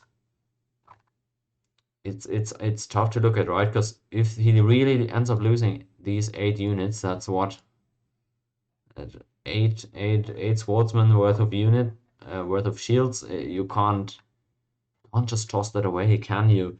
Reminiscent of Rabdak's Celt attack yesterday when he moved out with that first stack and didn't get anything done really. So that could be a big shift in momentum here. And Byzantine Fire proclaiming Team Cheeze as the victors this game. Not privy to that information either, of course. They don't get to know about any of that in the east here. Writing, interesting. So Elk is going for that map making tech, it seems like. He's got the Kuras out already. I praised that a bunch yesterday, and I still think good idea to invest into those. And he is really not feeling it. And yeah, I wouldn't go that far, right? Zulu hasn't really been attacking Mayans or Romans to a great extent. Although, well, I guess they're getting onto Mayans right now. and in moves Battleship. Is he gonna go for the straight attack? That's gonna be the question, though. He moves in with 8 Immortals, we know. Lots of swordsmen here to defend. There's, again, I gotta emphasize, there's no chance that Kismic should die to this, as combat is happening around Rome as well. Looks like Anti's attacking out of his city right now. And where are the attacks going? He's attacking onto the hill, isn't he? Or is he being attacked? It's really difficult to tell. Fighting is going on in multiple places right now. An elite coming out as well, but it looks like that immortal stack has been shut down at this point. And things getting a bit dicey there at Rome. Some archers have come in. That's why there was some skirmishing. I might again save after a lot of these combats came through. 3 legions, they say. And yep, they can count. They can in fact count quite well here. None of those has gone down so far. So it's not that easy. It really isn't. But Halu hasn't shown his forces yet, I don't think so. And he can't know what exactly is coming for him. Impies and road mines, Maya C. Well, that's really good for Ag, but had he been there like 3 or 4 turns earlier, they could have really done some damage there with these Immortals. Don't think the kill would have been realistic either way, but with a lot more distraction there onto Kismic, anything really could have been possible. And that is exactly what I said. It's 2 Immortals surviving out of that entire stack. Again, the retreat is pretty funny. Kismic is surely gonna let me know about that again, if he has the time, at least. And yeah, looks like there's a few more cities coming out eventually for Battleship. I'm a fan of that. Gotta keep expanding a bit. Wanna give yourselves a shot at number 1 in score. And since Anti isn't able to expand at all, that is the meta, though. Anti, you gotta say that's objectively a good call. If you see one enemy potentially going down, hit the other enemy as well. And I'm not talking about the other enemy team, but the other player of the same team. Because I just gotta say that is smart. If you're able to eliminate one team outright, that is giving yourself the best chance at winning, I think. At least it is, if that's the number 1 team in the tournament so far anyway. So I'm not... I don't even... By the way, I don't think he's saying this to complain. I don't think he's like, oh, these guys are such teamers, they're such... no, I think he's just frustrated with this situation there, which is of course pretty understandable. It's why many people aren't massive fans of MPT, I assume. Another retreat on that MP. It's really hilarious to look at, especially after Kismic let us know that it was bothering him earlier. Turn ends. Are they going for straight up combat at Rome again? I wouldn't expect so. I think they're gonna save up all their units, move in with all of them next turn, and go for that hit. That should be a kill, but you never know. If Anti now gets some walls up too, you never know how those RNG fall with Rome there. The 3 defender units and maybe some defensive bombard underneath. I'm not 100% on that. 2 elites for Persia. Decent chance they might actually be able to generate a great leader at some point. 1 archer, 1 spearman. It's difficult. Difficult to say, really. If there's walls coming out of Rome next turn, I really think he might survive that. Crazy as it sounds. He might as well just die within the first 6 attacks or something. It's really all about the rolls. He says he thinks he's more likely than not to survive. I think if he gets walls up, I think that's actually true. Because what's he gonna be hit with? 12 archers? 2, 4, 6, 8, something like that. 12 to 14 archers or something. They're really going all in here because they know they won't. Well, at least both of them won't survive. So I can see why Team Halu are looking to force this. But maybe they've tossed away a few too many units and allowed that iron upgrade that was so crucial. Halu could have really denied that legionary upgrade from coming in ever. That was one of the game-defining moments in any case so far. But let's wait whether or not Anti survives first. Let's count the units first, actually. 2, 4, 5, 6, 7, 8, 9, 10 plus 4. 10 plus 4 here and 3 archers there. So we know what to disband depending on what happens in this combat. So let me see. Who attacks first over there? I assume it would be Halu, because you want Byzantine to take the city if you get the choice. And it looks like that's exactly what's happening. Halu is going for the attack. A promotion right away without any damage being taken. This could be quite interesting. Enkidu attacking first. They're trying to get that defensive bomber out, and now it's only archers left in that stack. Gotta keep hitting. More archers coming as a reinforcement. But it looks like 21 turns left in this game only.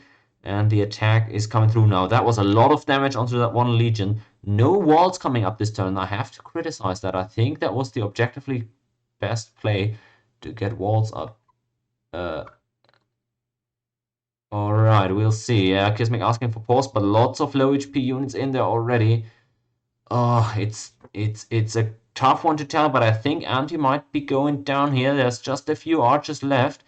A great leader even for Rome. That is super funny. Let's see if he can survive this one. Still some Aztec units around. They're gonna attack now with the archers too. I really can't tell who's coming out on top, but I think Antiquity might just have done it here. Oh, another warrior went down, but that's a 2 HP spearman on top now. 50-50 rolls, I would say, but a 4 HP archer is still there. Oh man, he needs... Oh.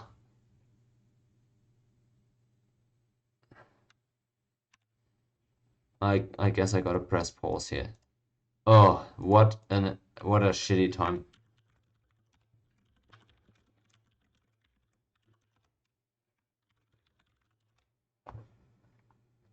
Oh, alright. It's a really bad time, but I think we got through the most crucial part of the turn. I know it's a really bad timing. I did save though, so we'll see. Not sure what Team Cheeze is complaining about. They are really not the ones bothered by this.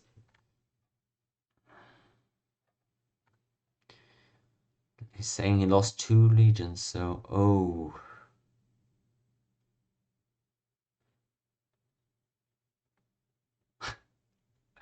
Oh, Battleship. Halu was the last one asking for a pause. It's not always Kismic. Come on, it's not that bad. I wonder how he actually pronounces his name. It's got to be something like Kishmitz. Kishmitz? Kishmitch? Don't think it's Mitch. Maybe Mitz? Ah, Kishmitz? I don't know. Tough to tell. I still can't tell who's coming out on top here, because Halu's got 4 more archers coming in next turn. Or in 2 turns, which would be quite a massive difference. Not sure whether or not they can actually go for that kill here. Anti.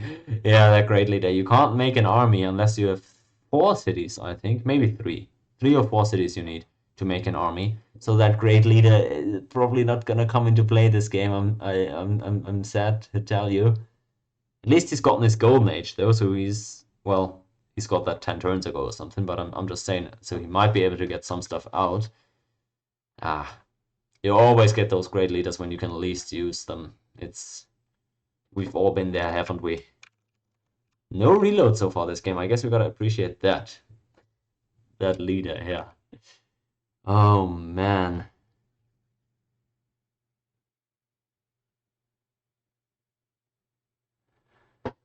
Oh. Boogeyman in chat saying I have a Star Trek shirt. It's not it's actually my local football team that I used to play for when I was a kid, not a special shirt or anything. What do I have underneath type of shirt? Not just an esports shirt. So no, nothing Star Trek. No, nothing Star Trekky today. I'm sorry. Oh. Byzantine making a good point here though. He's definitely the one who wants to capture that city. We already touched on that. Don't really want Halu to open himself up to even more threat, because those Aztecs are likely to die either way. Wonder what Battleship's thinking. 20 turns left in this game. Are they gonna try again for the Mayans? I think he's actually gonna try and do something against Halu, but probably waiting for that battle for Rome to resolve first. And Elky's of course been making cities. I'm not sure when he's gonna get to map making. Some galleys out soon would be cool. Could definitely pressure Mayans with that. And yeah, Halu too, to be honest. Although this is not the greatest map for boating, admittedly. Well then, I expect Kismic to come back any moment now. Any minute. Oof. I can't tell you guys how difficult it is for me to predict who's winning this, mate. It's so... You don't even know whether or not Anti's surviving there.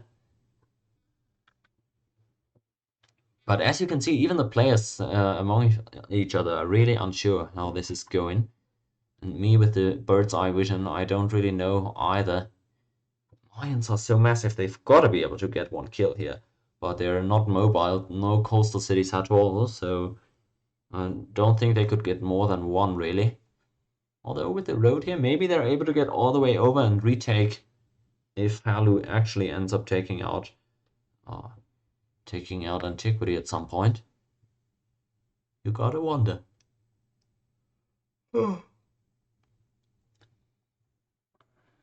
Man, Kismic, what's up there? Where's he? Where's he at?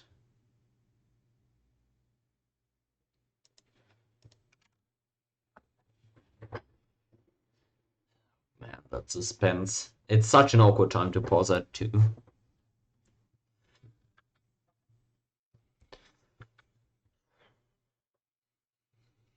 What are the event standings again? We've got Team Antiquity with 14 points, Team Cheeze with 11, Team Halu with 9. Alright, it's really close. So too early to tell what stuff might look like after this one. But definitely a small lead for Team Antiquity in the overall tournament. So if they maybe manage to squeeze out 3 or 4 points, I think they should be able to hold on to that lead. Just gotta make sure you actually get those points. I mean, even if you get last place, if you still get 2 kills somehow, that's still 3 points, and I think you could live with that if you're Team Antiquity. So at this point, maybe you should just put everything into the Kismic double kill basket, and even if he dies afterwards, that might actually be a good plan. I just don't know if he's actually got enough stuff to take out 2 players. I don't think that's enough there with this sportsman. Battleship's attack made enough of a dent there in order for that not to happen. Again, this is just like yesterday. This is one of the bigger maps, I feel like. If I look at this one, I don't expect... Yeah, I said that going in. Didn't expect all that much to happen.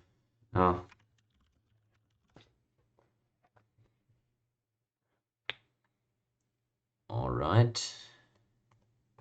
Let's see if everybody's still here. Biz, Anti-Kismic, Halu, Elk, and Battleship are missing.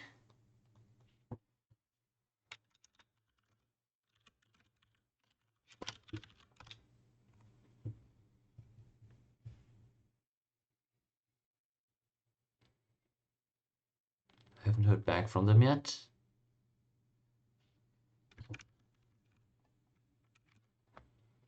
Oh, maybe they also grabbed a snack or something.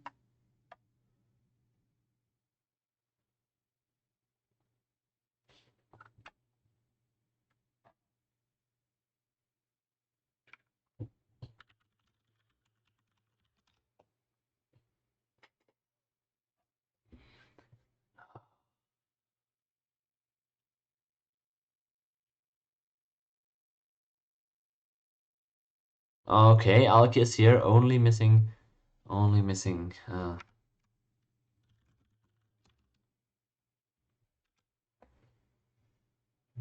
Battleship.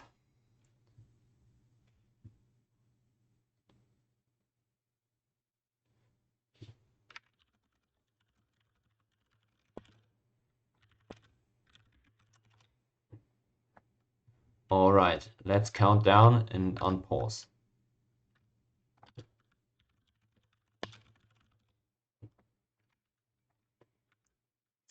5, 4, 3, 2, 1, go.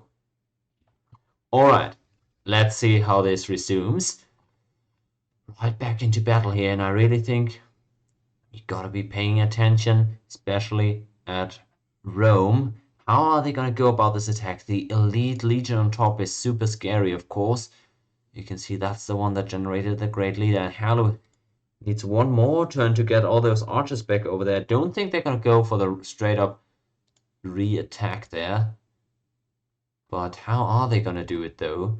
There's another Jaguar got taken out by Kismic in the east. I don't think Anti's going down here, to be frank. He's lost a lot, but he's held on, and those 4 reinforcing archers, don't know that that's gonna be enough. Don't think that's gonna tip the scales here. But what does that mean for the overall game state though? We've got Antiquity surviving. Oops. They're sitting on 4 of them. Yeah, that's what we've been saying all game. Okay, but let's check again. What do we got here in terms of score? We've got Rome and Mayans, that's 204. We've got Persia and Zulu, that's 204, 211. Alright, so that's close. And then Aztec and Sumer, way less score. They are dead last in score. They need to make kills happen here. Otherwise, they'll just end up last. And there goes Halu moving in. I think he'll again. Oh, interesting. So he moves back. They call off the attack. Wow, I was gonna say, ByzFire saying they need more units and they're bringing more on over now, but I'm not sure those single file Jaguar warriors are gonna be enough. Oh, only 1 legion left. Yeah, with good RNG, they definitely could have taken him out this turn, but you never know how the rolls are going. And maybe they got scared away by that Elite Legion more than they necessarily needed to. Still not a fan of there being no walls around Rome, but apparently got enough units to at least dissuade the enemy from attacking.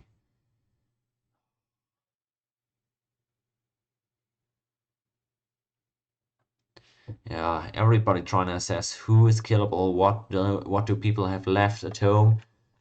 Is there any galleys yet from Elk? I was really banking on him doing that. We know he did writing earlier, but they might have just done that for literature, so that Battleship could get some border expands in. I wouldn't be surprised if those start popping up within the next few turns. And nobody looking all that close to getting a kill off here. Just impies from Elk. I don't think he's had the most effective production here. He's just been making impies all game and sending them out all at once. It's tough to tell, really. Tough to tell. No combat right now. The Immortals have regenerated a bit, but they're all the way on over there. Battleship not going to be able to pick those up. Roading north. Maybe. I wonder why he's roading there. Is he actually trying to. Maybe he's trying to plant super far apart again and pump up that score. Because we already know it is a bit close in score there between his team and Team Antiquity. Let's, now that we've got a bit more time, let's do these score math properly again. We've got Persia and Zulu, that is 121. We've got Maya and Rome, that's 221 for Team Cheeze, 211 for Team Antiquity, 179 for Team Halu. They're never going to catch those others in score. Kills need to come through now. Oof.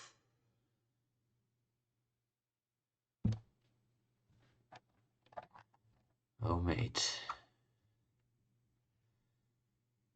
Oh, mate. I really wonder, are we gonna see any kills this game? It's starting to feel like nobody actually ends up dying. Well, no, I still believe Byzantine Fire will die, but he's Biz. He's never been taken out by just a single player in this tournament so far, and people have always tried. So maybe he's actually able to survive whatever Kismic's gonna be able to throw at him. Keeps on sending Jaguar warriors on over south there. He rushed a spearman with his military grade leader. That's the most pathetic thing I've ever had to read in an MPT. But it's a correct play, of course. Battleship very open there, but I think he's got enough units, just not in the center cities, which is where I like to keep my units typically. But I suppose there's different approaches to that stuff. Kismic doing a good job setting vision up for himself. Does he not have any warriors to do that job though? 4 warriors maybe. Well, yeah, those are at least in some cases outsourced, so I can understand why he's got the more upper tier forces doing that dirty work. Barb's now finally spawning too. Alright, I appreciate it. I wonder how Halu's not been sending any more archers in. I wonder if they're just gonna wait for the literal last couple of turns now. From a strategic point of view, you want those kills as late as possible, but it doesn't really matter for Team Halu anyways. They're last place in score anyways, so any kill they think they can get, they should try for definitely.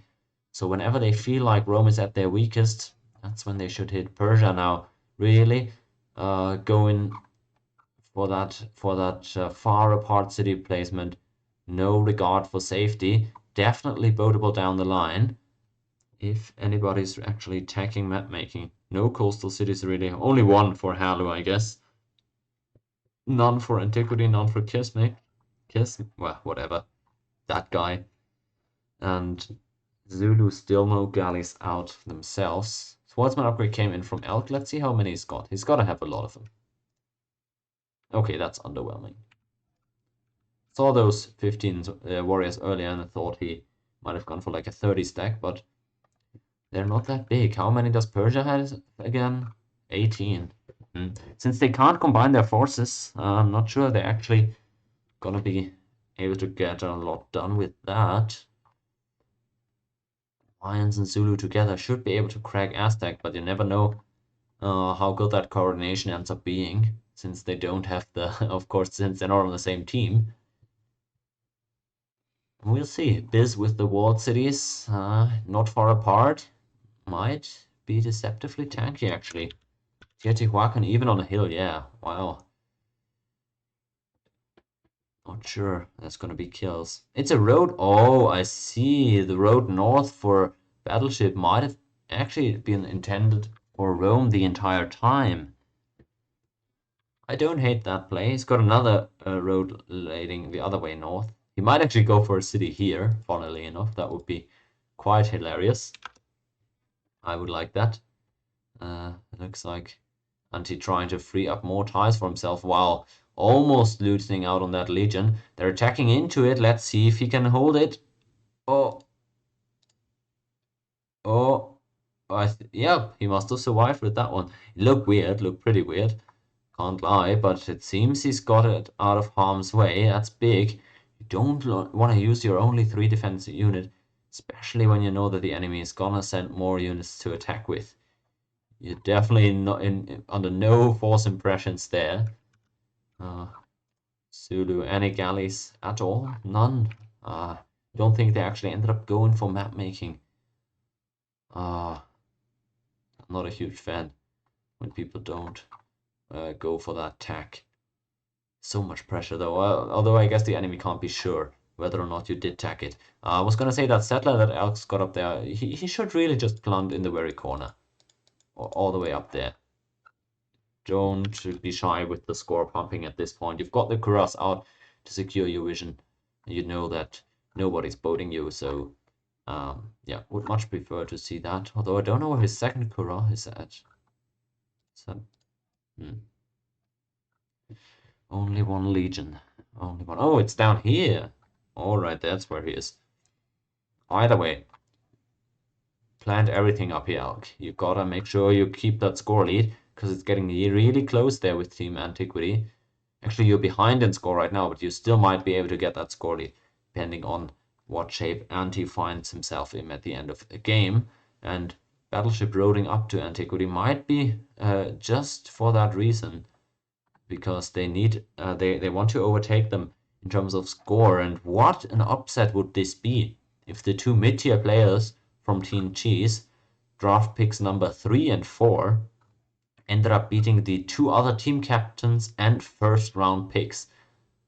The two first overall picks in the draft and two captains losing out to Battleship and Elk. That would be a massive upset, but we're still pretty far away from that becoming a reality. At this point, I can't tell at all what Rome's destiny is going to be, because it seems like everybody's trying to get in on that fun.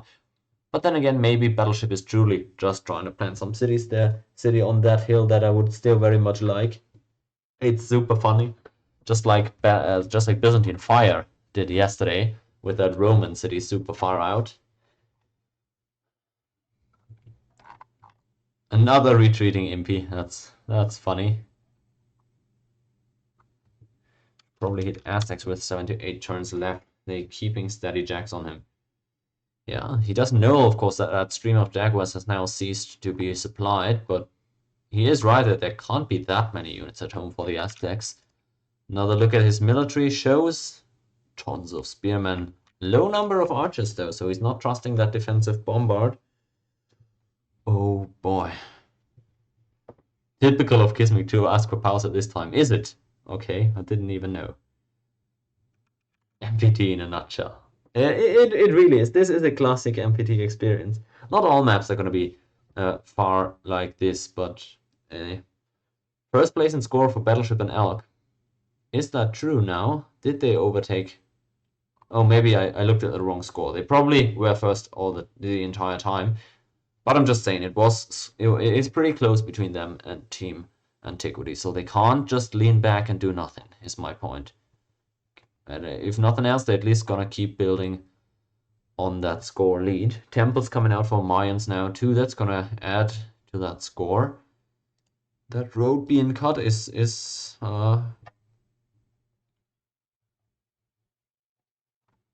troubling. Maybe that's the best way to put it. And Cheeze-Halu, I mean, got that next invasion force ready. Even bringing in catapult. I feel like that's too many catapults. What are you looking to catapult away at? Although actually no, I think I'm in the wrong. Statistically speaking, I think that's the best way you can heighten your chances at taking that city, especially when you know that there's not all that many units in there. When the enemy has 50 units in that city, then catapults don't do anything. But when there's just 5 or 6 in there and you get 2 HP bars off each of them, that's huge added chances, a huge increase of chances for your combat. So actually that might be the correct call, going for the 7 catapults here. I quite like it, statistically speaking. I haven't seen a lot of catapult play in this tournament yet at all. I don't remember seeing a single one, as a matter of fact. So I want to see how successful Hal's going to be with that. Moves the stack forward slowly but surely, and Mayans moving into Aztec lands as well, as Biz is trying to scrap a little bit for that road. I was gonna say Kismic had an empty city in Tikal there earlier, but looks like Elk wasn't able to double move over there. He couldn't have known anyways, so it's tough to make that call in his shoes. 6 catas and 30 archers, yep. No, it's 6 catapults. He's right, I just can't count apparently. 6 catapults, tons of archers. Don't think he should be able to survive this one. If only Persia attacked Suma. Yeah, that's right, but of course Persia wants you to go down, Anti. That's the thing, they want you to die, and they're looking to just feast on your remains, it looks like. Kismic will attack me soon, yeah, he's got the memo. Look at that stack. Very reminiscent of yesterday. Yesterday Byzantine was able to hold that, but he was Rome then, and in a much better spot than Rome is this game. So it's a much different fate this time around, I imagine. Still more cities for Elk. Doing a good job, I guess, getting that score up. And let's count the units again, so we know what to disband. 2 archers on that front stack. And on the iron, 2, 3, 4, 5, 6, 7, 8, 9, 10, 11, 12, 13, 14, 15, 16, 17, 18, 19, 20. 1, 2, 3. 23 and 2. So that's 25 archers exactly from Halu. Byzantine fire. Oops. What does he have? A handful more jacks. Less than 10 jacks and 2 archers, so nothing major to speak of. It's much more important whatever Halu is gonna have remaining there, I feel like. Second zoomer, kill me in 2, he's saying. So what is the response gonna be from the rest of the map? He's for sure gonna go down. I don't see a way where that's not happening. As Elk moves in with the Impy now, he's at least able to distract Kismic a little bit at home. But Kismic is not the most important player for the time being. He's of course the most potent one, but only in game. I heard. Oh, interesting. Wow. Is he able to get that worker disbanded? Oh, that's Elk. Elk, you can't. I mean, I guess it's not that. It doesn't make a difference actually. So yeah, I'm not gonna complain about that. Anyways, Kismic doesn't even care either, right? He's just going forward with that stack. He wants to force that kill soon, and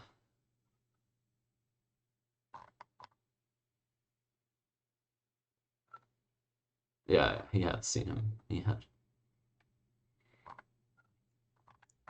Good that, and he has enough time to be backseat gaming his teammate though. Hope he's enjoying himself. Yeah, that's just mean. I shouldn't be saying stuff like that. Good road from Kismic too. I think he's gonna be just fine if he takes any of these Aztec cities.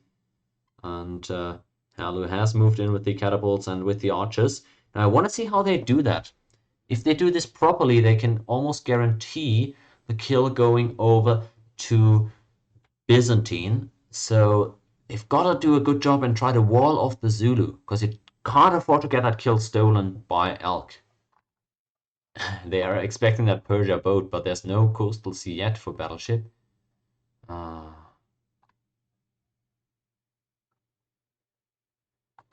Wish he'd kill him next turn.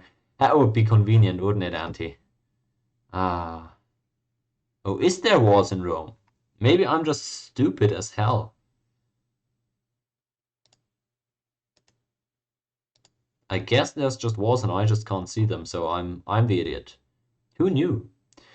In go the Mayans though, and I want to see the catapults come out now.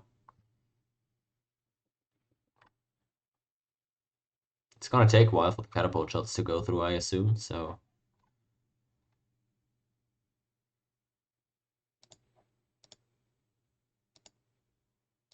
Oh, what happened to the catapults?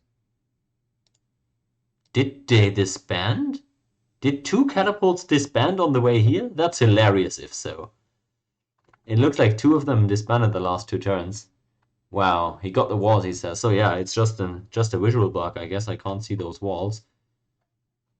Sick. And there we go. The attack has commenced. At least the catapult. Wow, that's a low HP legion there on top of Rome.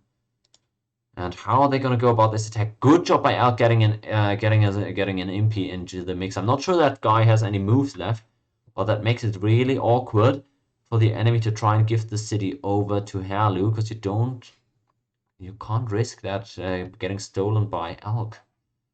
That would be horrible. He needs those attacks to come through though, Byzantine, so he's able to take the city in the end. And yeah, they're trying to coordinate that. That would be the dream, of course, if Elk retook Rome, but I don't think Elk would do that. Although, yeah, right. That's right. Elk taking that city would actually be pretty bad, I think. Oh, it's complicated at this point, and Elk isn't the best communicator in situations like this, so I wonder how that goes. Oh, mate. The ultimate 4v2 win trade. Empty. Are you kidding? Oh, I should have saved there, I guess. Oh, my bad, guys. I didn't click the zoomer stack and I didn't save. But what really matters is that the city was taken by Halu. I didn't know that first animation was already the city being taken. So didn't manage to save there, but alright, it's Halu taking the city. So I wonder what that will mean, what Battleship will do of that mainly. Okay, looks like Aztecs didn't lose anything though, so for them it's not gonna be that difficult to reproduce.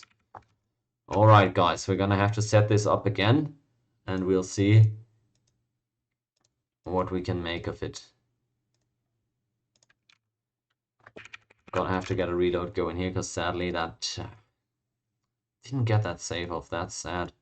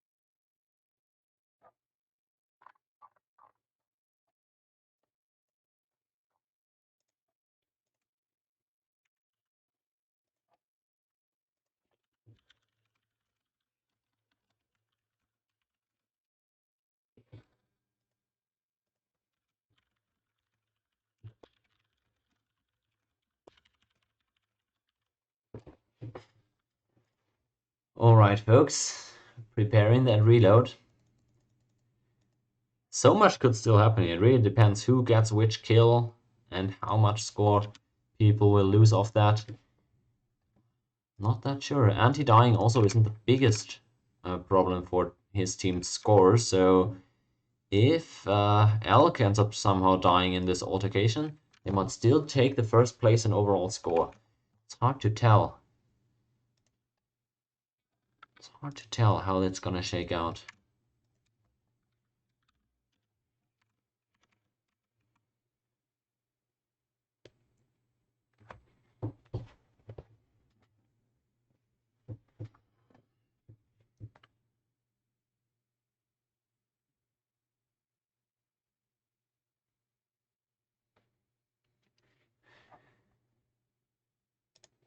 As the clock strikes midnight, we're looking to get back into this reload here. Bunch of Europeans in this lobby. Thanks to them again for playing in this late night Thursday game even. Whew.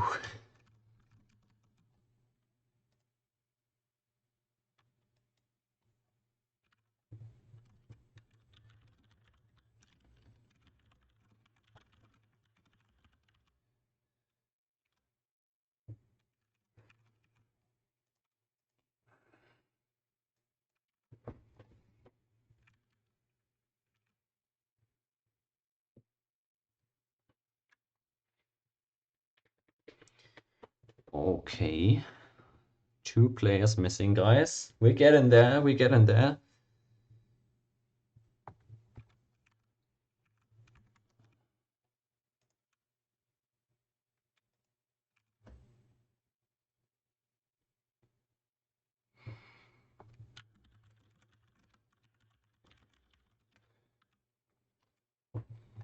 Oh, I guess I shouldn't give away any information in the lobby.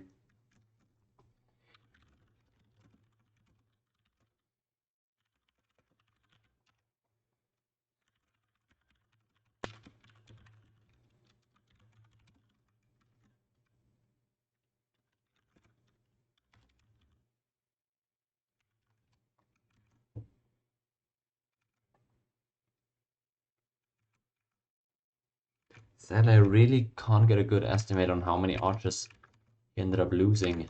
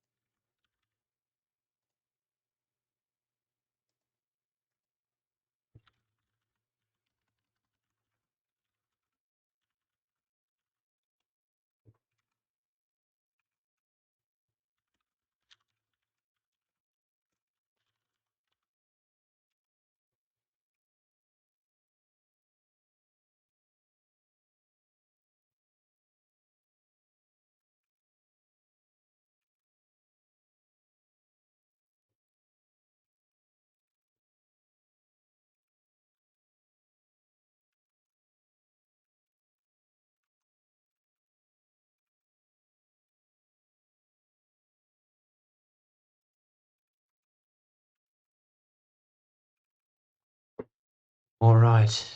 Still need Anti to get back in here. I'm not sure he's aware we need him back here to empty that city. So I guess I'll invite him back in.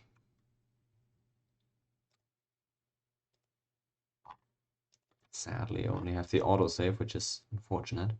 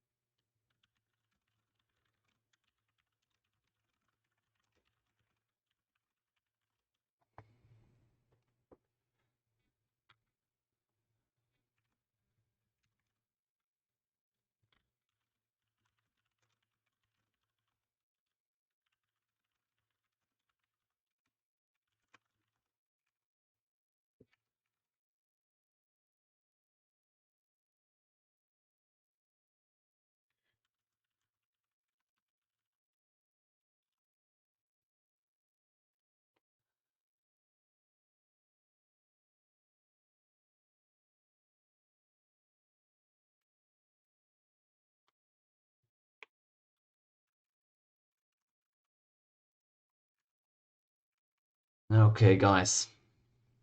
Just trying to clear up how we're doing this reload. So it's fair for everybody, but...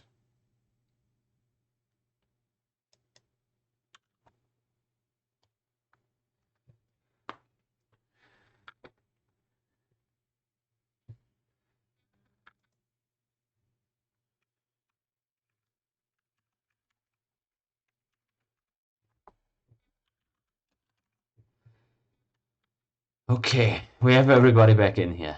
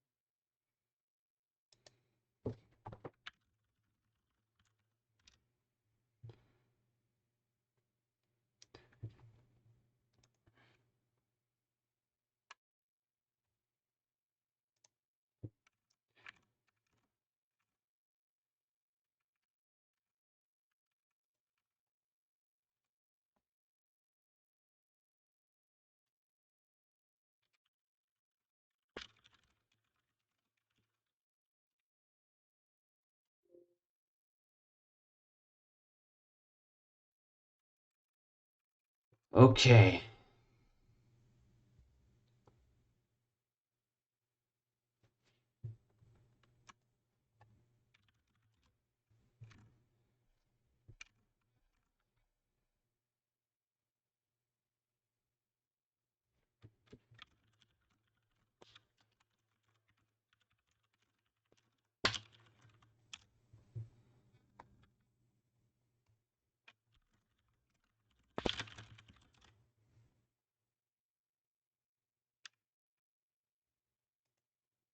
Okay, we're launching back in right now. It's really difficult to talk to everybody about the disbands and whatever.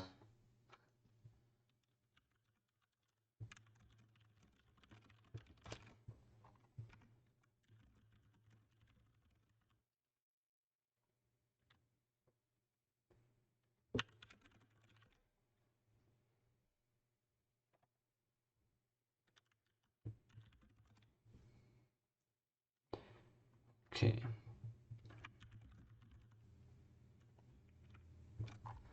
All right, we're back in. We're trying to reproduce that turn now. Sorry, guys, there you can see. Okay.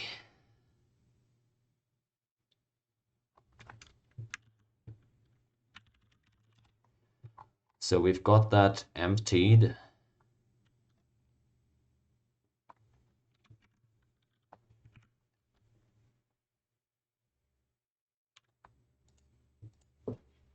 Few Jaguars attacked as well, I think, actually, yeah. I think... Ooh, did he just move in there? Oops. Alright, looks like we're crashing again, but that's fine. We've got the save now, so we can do it with the AI. Alright.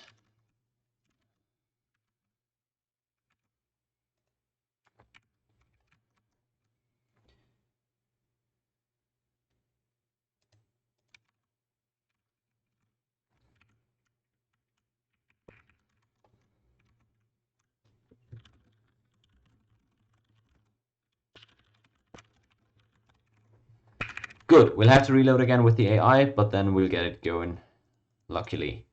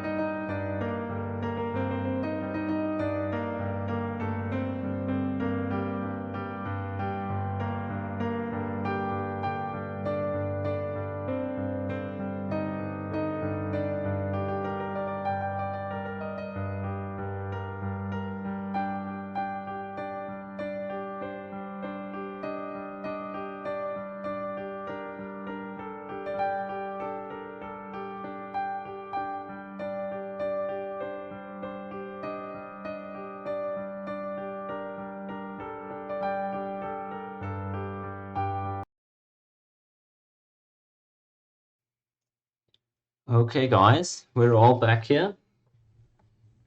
Gonna continue shortly.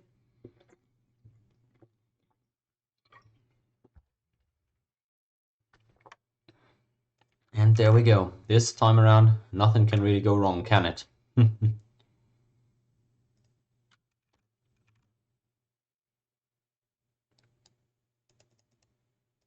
Okay, guys. AI is in here. Halu should be able to take this city safely now.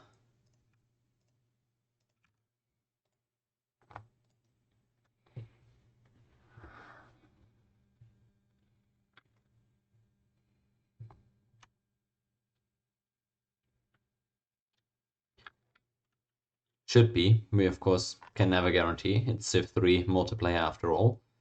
And then, next time we're gonna focus our attention on this beauty right there and how that's gonna go.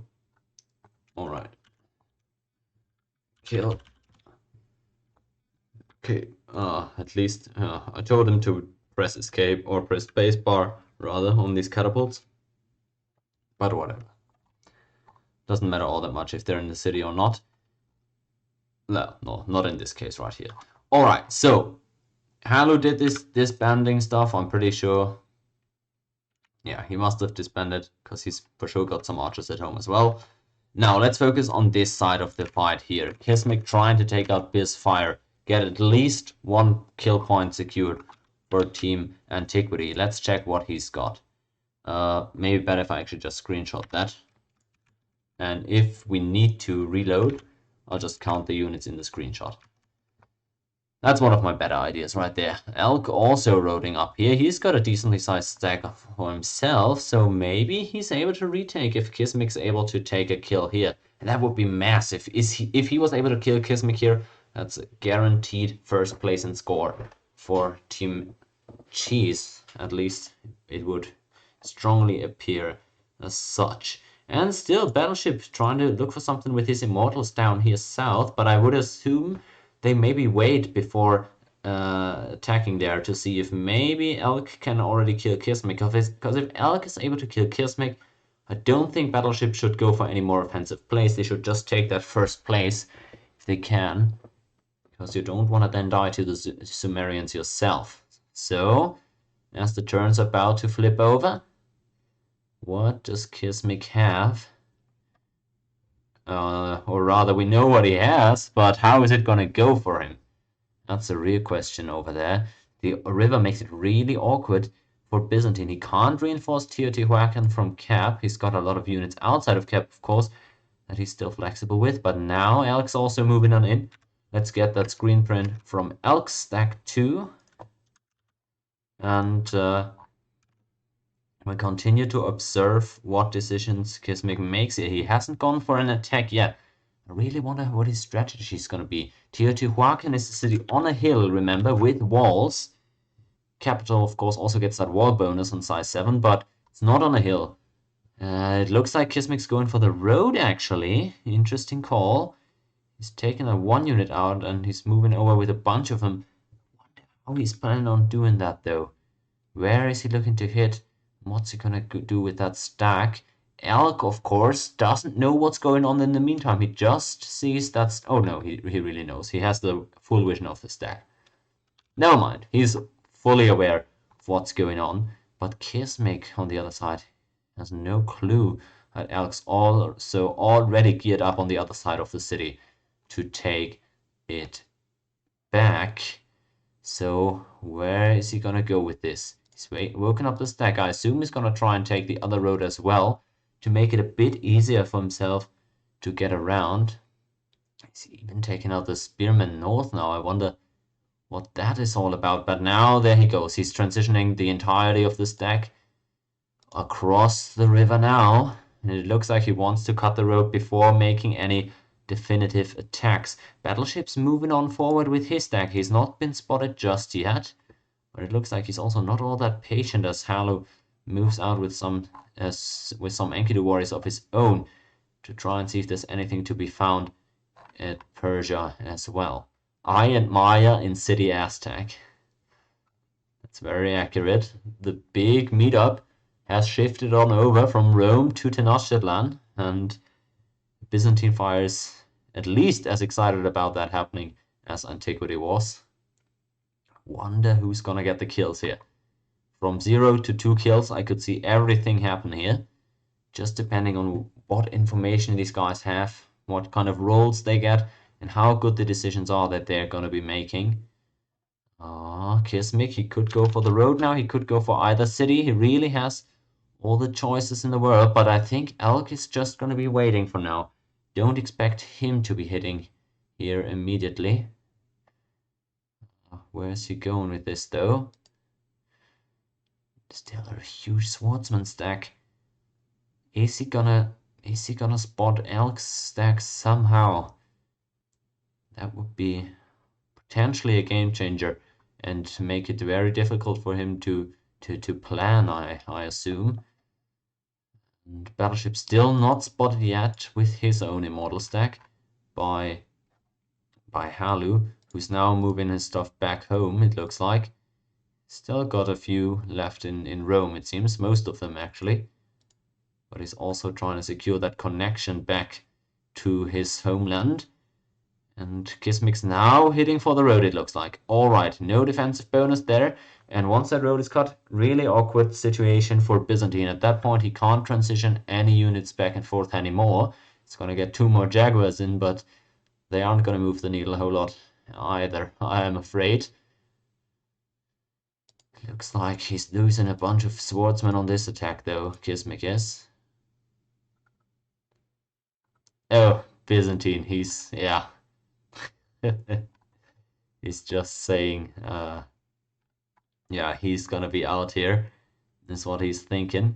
Let's see, he's now killed that stack Kismic has. So we'll take a screen print of what he's got left. And we'll see.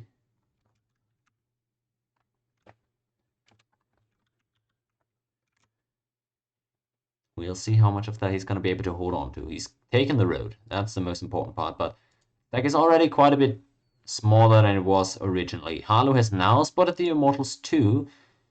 And it's going to be tough for Battleship to attack into any of this, because Sumeria is really not the ideal opponent there for him as Persians. Still, though, I don't believe Elk... Oh. Elk. Oh. What's going on now? So now it's good. Now it's a shit show. Everybody's just standing across from everybody, and Kismic moves back with a lot of swordsmen. Actually, this is confusing to me. I don't even know what's going on anymore here. It's a whole fiesta. Kismic moving back a lot, and I don't know what the scoring situation looks like, but gotta say I can't see Kismic getting first anymore in scoring. So I think what he was thinking is number one priority. He can't afford to die. If Kismic trades 1 for 1 here, if he kills Byzantine Fire and is then taken out by Elk, his team gets 2 points for this game.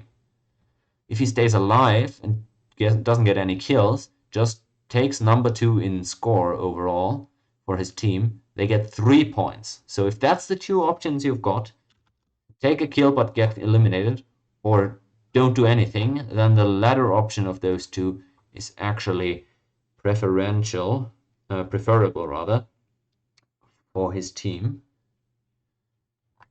So I think that's what he's gonna go for. Elk shouldn't have shown his hand here. I really wonder why he did that. Maybe he's worried, maybe he was, that Kismic would go for the southern city and he wanted to have his units as close by as possible. Size 1 Tenochtitlan?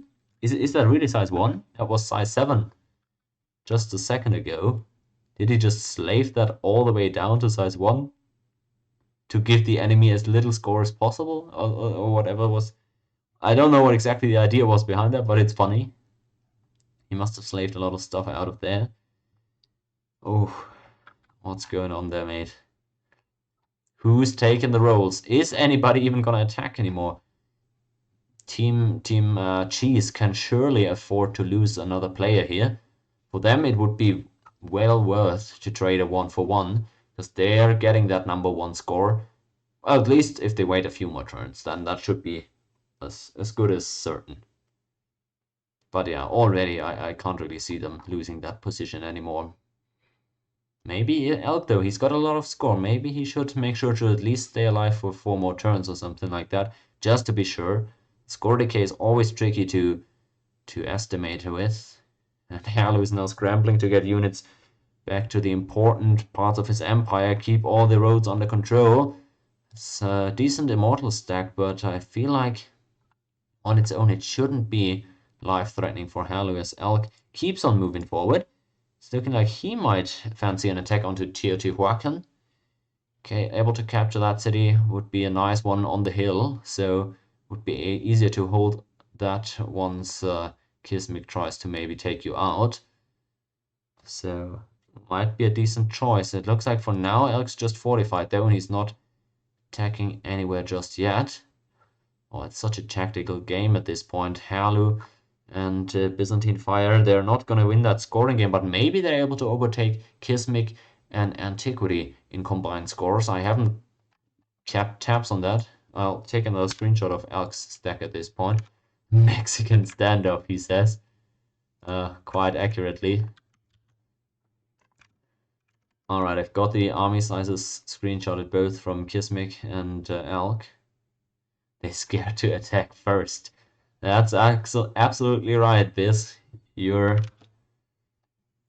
the hot prize, but nobody is daring to dip in first.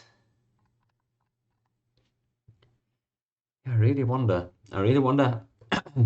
how much planning teams have done, how aware they are of what the optimal decisions would be in these circumstances.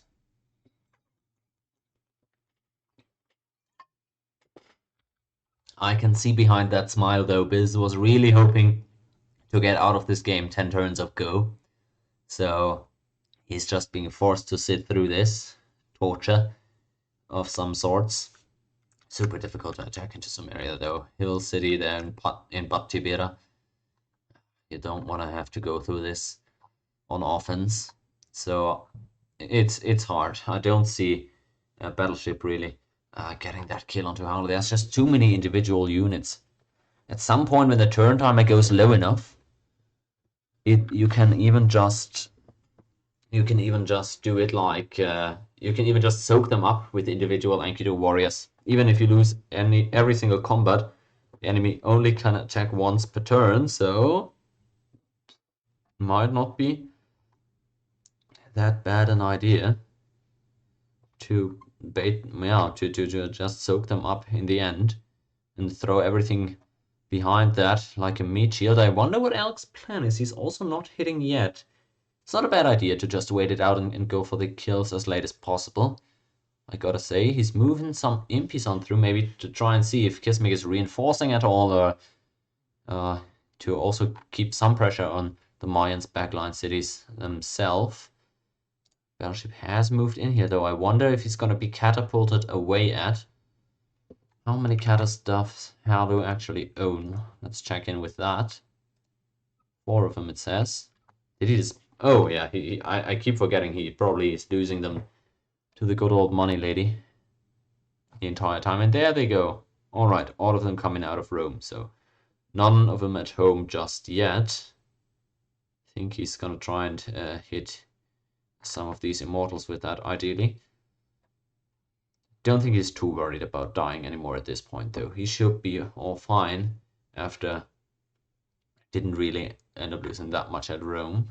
Halu, Rome, stack of...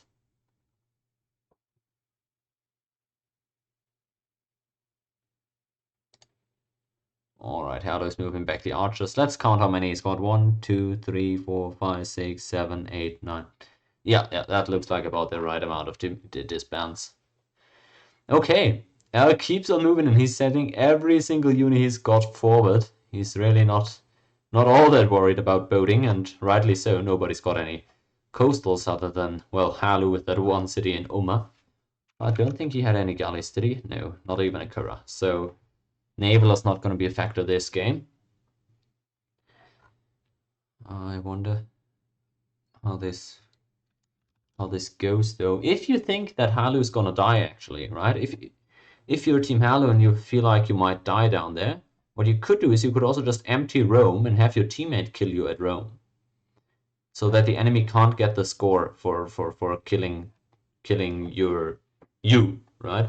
But then again, in that case, Byzantine Fire would just get killed at home, and then their team would. Well, they're last in score anyways. So that might actually be the objectively correct play in terms of reducing enemy score, but only if Halu was actually dying at home, which I don't think he's actually going to be in danger of. And Battleship trying to get onto some roads or something. He's trying to get through to some of the more vulnerable backline cities, it looks, but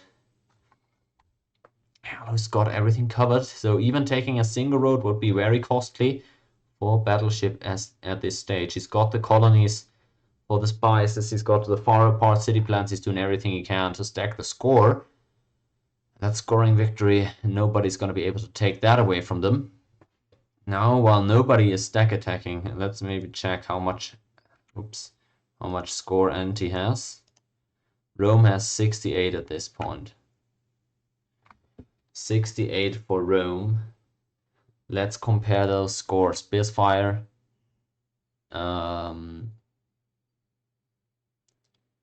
ByzFire and Halu have 223, and 68 plus that would be, oh yeah, okay, no. Halu and ByzFire are firmly in last place there in terms of score.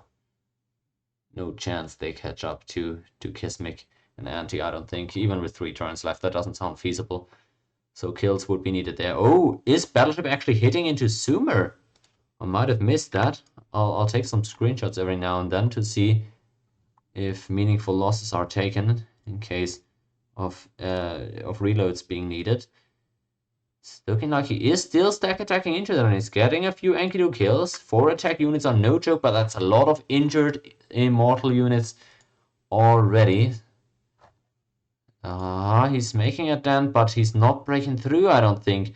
3/4 HP Enkidu, but I don't think he's got many more immortals left. Maybe an archer attack can follow up, but doesn't look like this is going to be a close affair for him, I'm afraid. No, all of these immortals are already lower on HP, so it doesn't look like Persia is going to be getting kills today.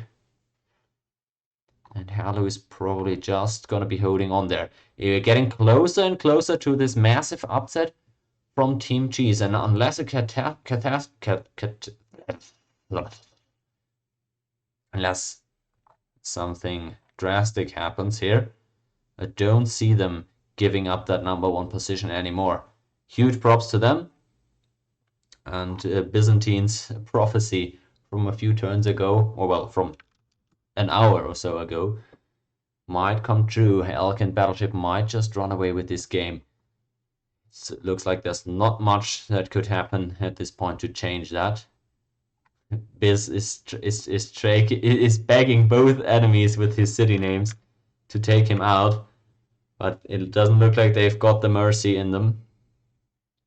I really wonder how they're gonna play that, though. I really wonder, because you don't want to give the enemy the opportunity to recapture. 2 turns left in this game. They want to get that. They want to get that kill in the last turn of the game. But when do you go for it? Because if you're not careful, the enemy might take your city back, and especially if you're Kismic, you must not, under no circumstances, die in this game. You cannot allow that to happen. So they're going to be waiting 1 more turn. Another city planted there for Elk. They're going to wait 1 more turn and go for everything next turn, I believe. Although, as I say that, Elk wakes up his stack just to show off, I assume, because I can't imagine him hitting now. Oh, what's he doing there? He's got the cities named wrong, though. This is the southern city is on Elk's side of the river. Northern one is on the Kismic side. So he should switch the names of those cities. As some city name connoisseur of my own, I can speak with great authority on this subject. It looks like he's actually attacking, though. Elk is going for the capital, probably because of the city name. It's the only reason I could think of, but he's going for it. I'll take. Yep, I got that sprint. Yeah. Did I get? Is that? Uh. Uh. All right. Looks like we didn't even crash. All right, we crashed now. Maybe one of these two saves that I got still has all the relevant players in it. All right, good job, Elk. That was surprising to me. I didn't expect the kill and the attack to come through 2 turns before the game was over, and especially not. Well, yeah, I mean, Elk, as I said, he could afford to die without it changing much, but he's got that. All right, kill for the Zulu. Finally, they did something. I'm still a huge Zulu doubter in this tournament, but not bad there.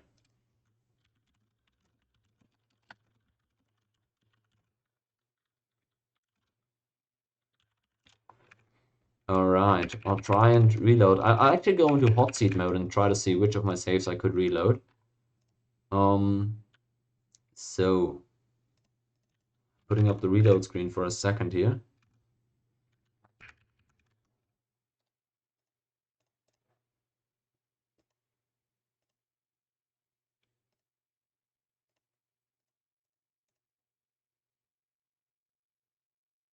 All right, got a reboot seam and everything. You guys know the process. I'll go into a hot seat real quick to see which of these saves I should reload. But this isn't bad, man. This isn't bad. We're getting kills, 2 kills at least. It's better than yesterday in terms of kills.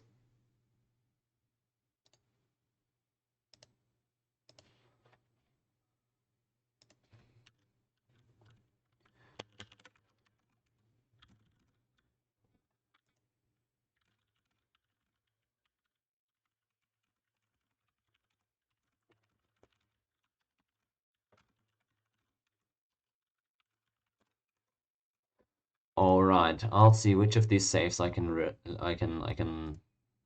Oh, the second one didn't go off, sadly. That's sad, really is. This could be fine though. All right, I'm checking in this save real quick. Oh, this looks good.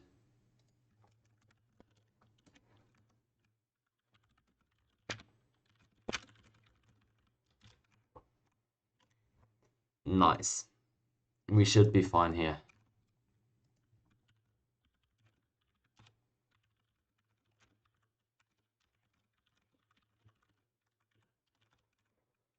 Okay, the reload is up. I just need these 4 guys to join in, and we should be good to go with an AI so that it doesn't crash for the classic second time. At least for once I got the save off. Not useless anymore. I've evolved as a host. And Elquijote gets that kill for Team Cheeze. That's 6 points for them if the game ends right now, as it is, with the scoring lead as well as that 1 kill. Looks like Battleship isn't gonna find another one, but interesting. Will be interesting to see if maybe Kismic can break through whatever Elk has left there, but it doesn't look like it. He's just got way too many units in that stack. Need one more guy for the reload. Yeah, Kismic missing in the reload. Where is he? Where is he? No, really, where is he? I gotta invite him. Oh no, there he is already.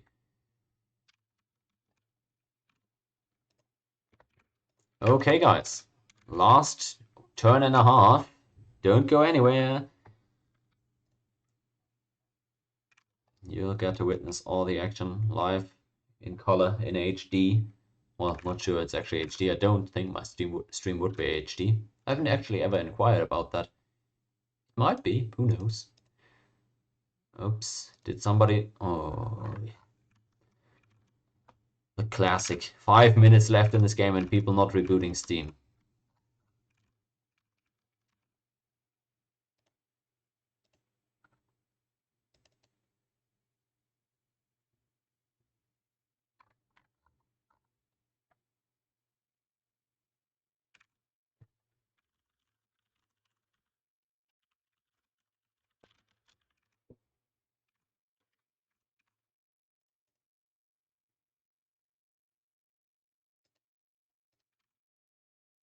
Looks like we didn't make it into the lobby, sadly. Ah, unfortunate.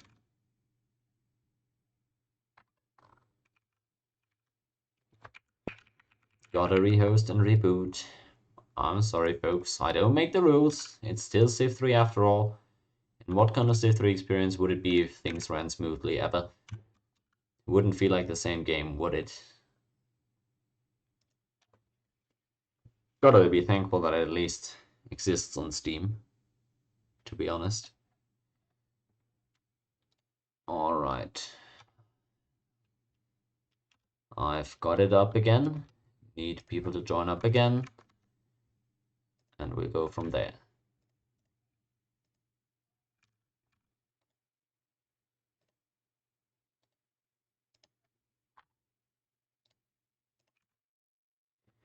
Okay.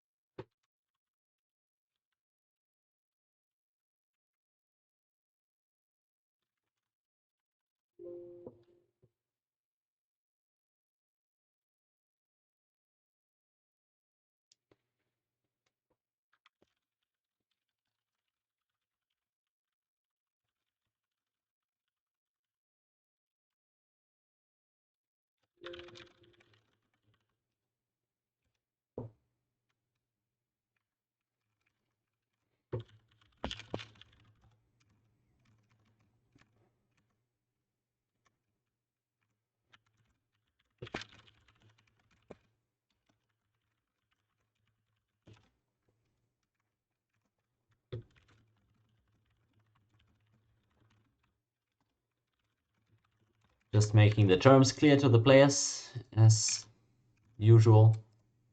Who's missing here, actually? It's not Byzantine. I thought it was Byzantine, but it's not. It's Elk. Elk.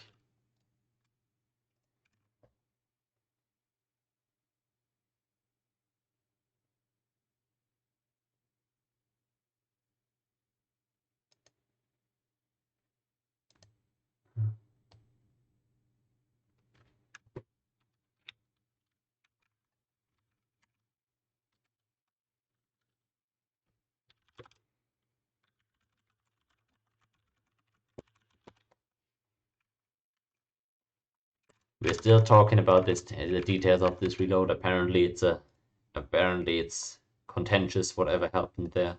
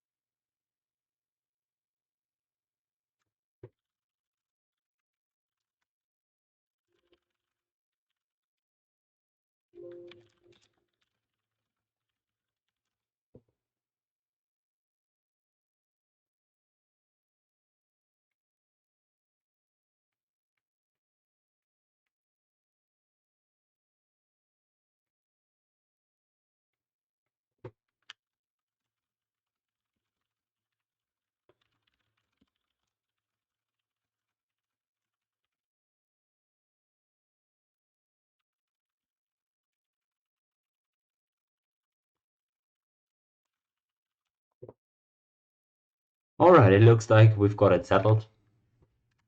Learning new game mechanics today.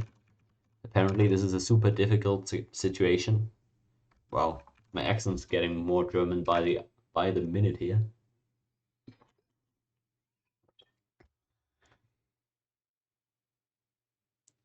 Oh.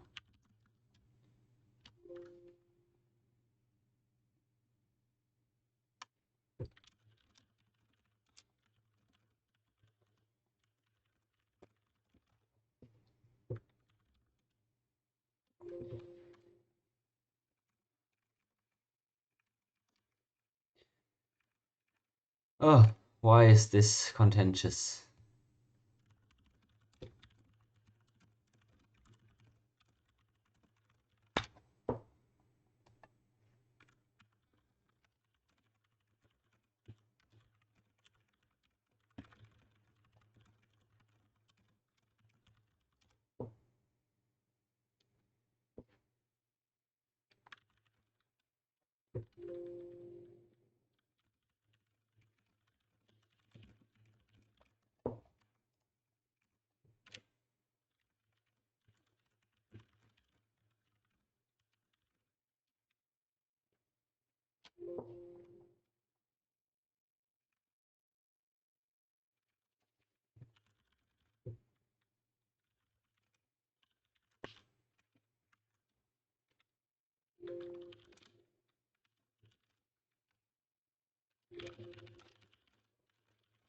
Okay, looks like we just have to go with it then.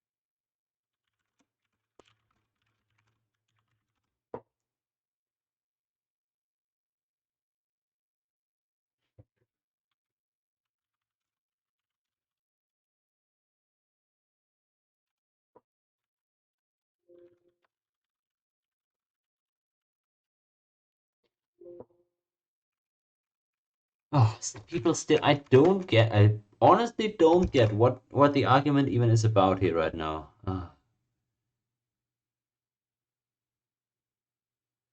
Dude, that's, uh, I guess.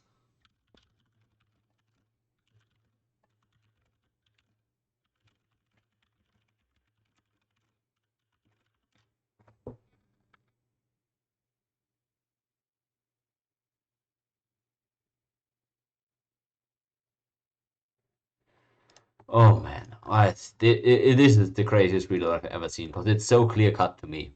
It's so clear. Elk takes the city. Kismic can do whatever he wants afterwards.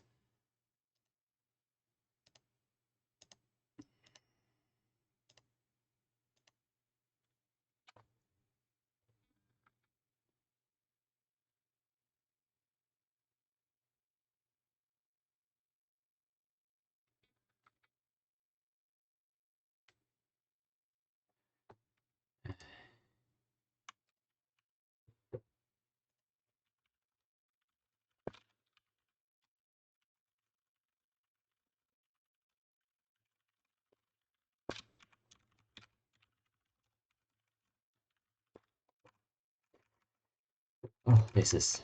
I can't believe we're doing this 2 turns before the end of the game.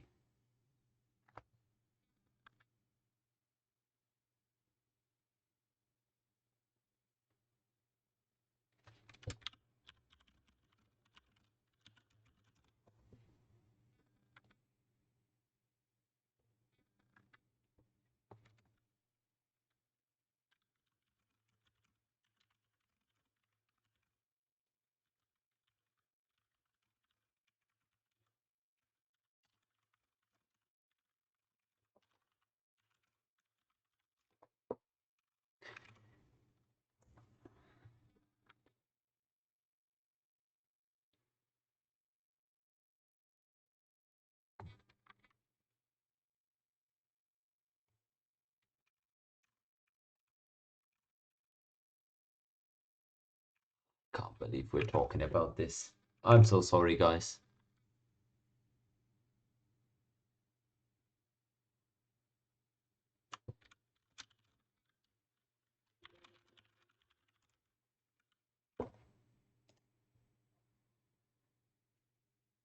Alright, there we go. I've just pressed launch, guys. Let's see how this one ends. Is Kismic gonna be able to get a kill back? or not. That's really all that we're here for. And oh, wow. That's exactly what Kismic wanted not to happen. They all went in.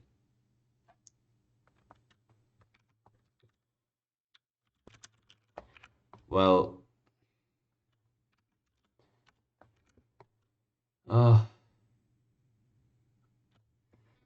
dude. Oh man. Yeah, yeah.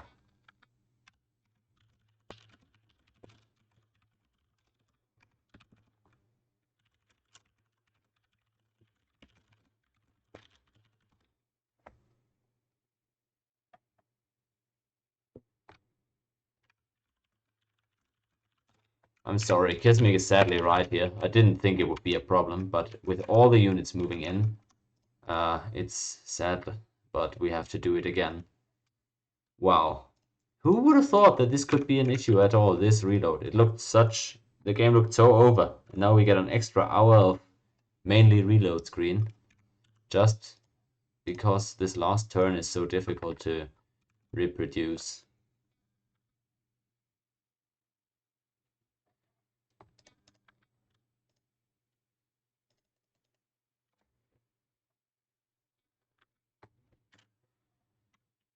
All right.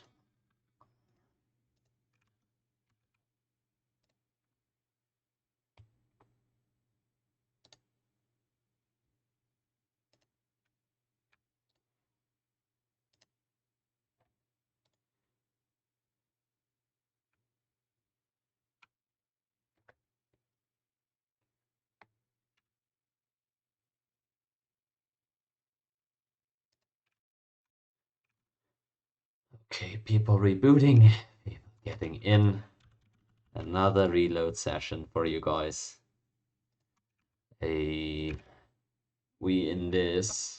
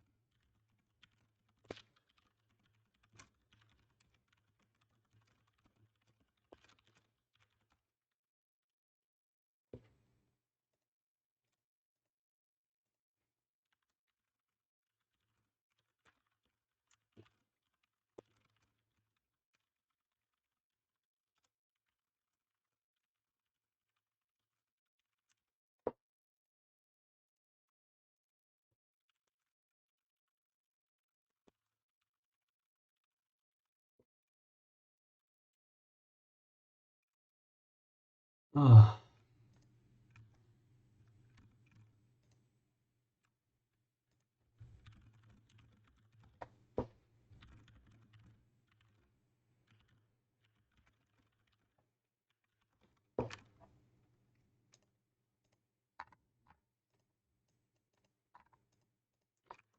All right, we're loading the autosave. We're loading the autosave this time around. Because apparently this is the best solution to reproduce whatever happened in this game. And we just hope it goes right this time.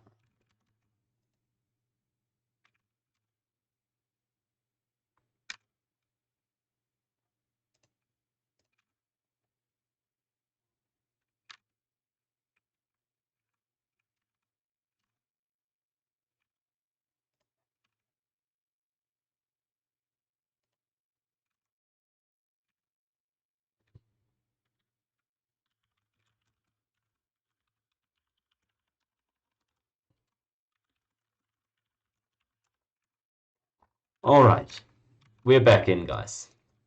Elk gotta attack again, and then we'll see what comes of it.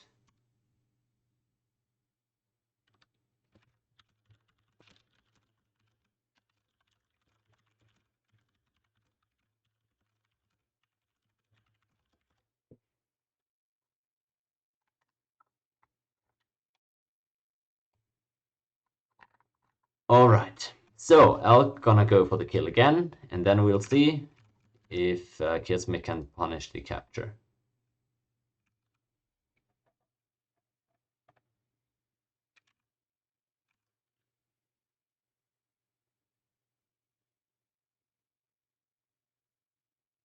Please don't drop again. It's gonna drop again, isn't it?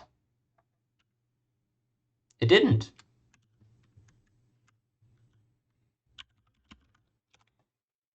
Okay, so he did get all units in. It was enough lag, so he got everything in. So he doesn't even have any low HP units left. We could have just taken the initial reload. Ah!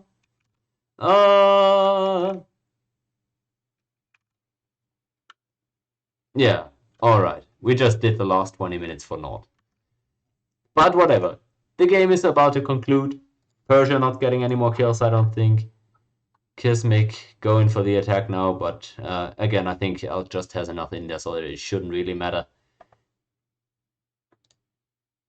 Swordsman attack seems done.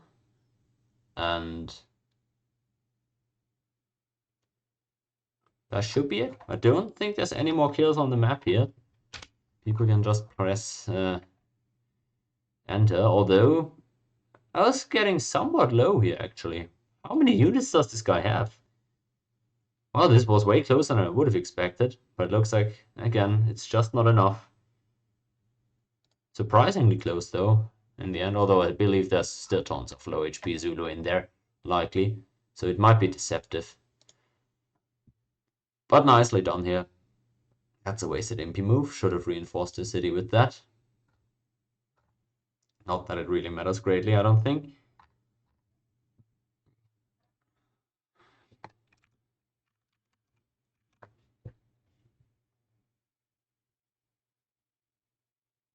And there we go. Last turn.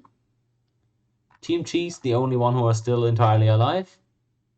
Some MPs going down there still. Actually, he's going really low there. But again, there must be a lot of units in there still.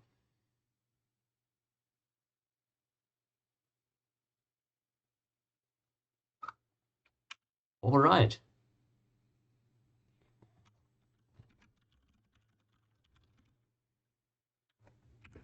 Well, I'm not gonna stress them now. Lost a lot, and we've lost enough time.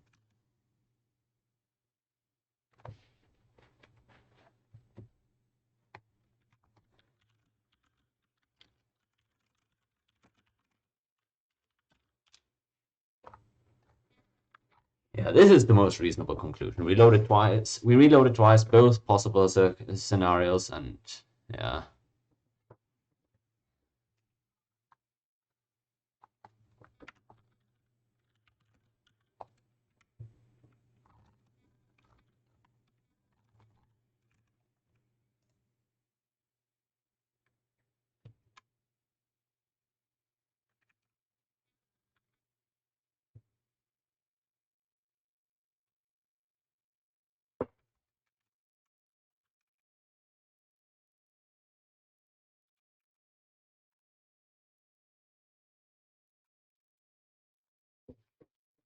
All right.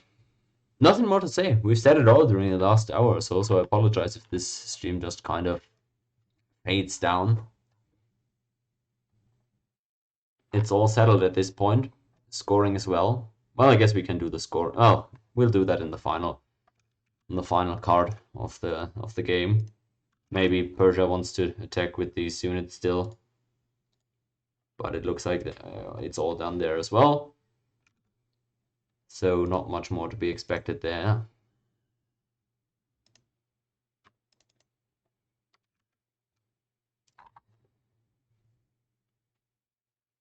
Is an interesting one though. Team Halu with one kill, but the last place in scoring again, just like in yesterday's game. They really seem to under-prioritize the agricultural civs, it seems to me. So sadly, the needle not moving a whole lot for them, but I applaud them for the kill that they've got. Oh, it's gonna freeze, isn't it? It's not. All right, we get to the score page. So let's see, just to do our due diligence. Rome and Maya, 255. Aztecs and Sumeria, 230. Yep, weren't able to catch them. And then Zulu and Persia all the way, almost at 400 score.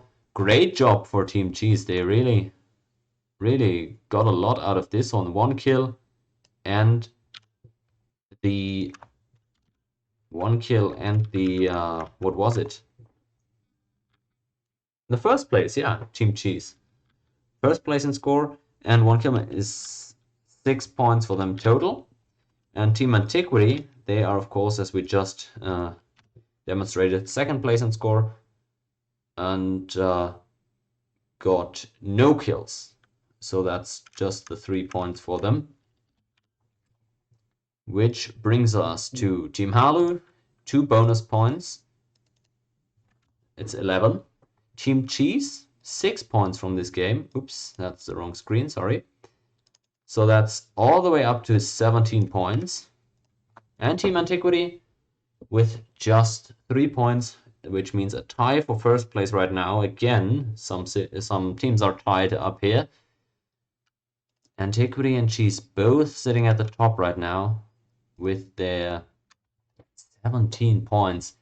And then it's Team Halu with 11 at spot number 3. We're not even halfway through. 44% of the tournament have elapsed. So, well, all is still very much on the cards for us. We've got no clue how it will look in the end. It's Thursday today, so in terms of time, we are at the halfway point of the tournament. 1 game tomorrow, and then 2 games each on Saturday and Sunday. So make sure to not miss out on that. We're playing 23 hours from now. On Friday is the next game before we head into the Super Weekend, where games will be at twice the rate than they have been. So that is everything for today. Let me know if you guys have any interesting comments on this game, any criticism for these players in terms of strategy or gameplay, any picks that surprised you, and any picks that you would like to see going forward. Tomorrow we'll come back with another horse capital map for everybody. Everybody gonna start with horse in their cap, and only 1 more map with these iron capitals left in this tournament. So people with the experience getting more and more. I wonder what this will do for the meta in the tournament, and if people will still keep on drafting similarly, disregarding Celts, disregarding agricultural, especially for Team Halu, and then always first pick Zulu. I just can't bring myself to love that decision. It takes away so much. Well, it also adds some strategic choices. So maybe there's still a viable first pick, but I definitely don't think it's as cut and dry as teams are making it out to be. Either way, that's all for today. 23 hours from now, again, if you're watching this live, game number 5 is going to take place. And until then, stay tuned, guys. Don't miss out. Everything's still possible here. And I'll see you later on.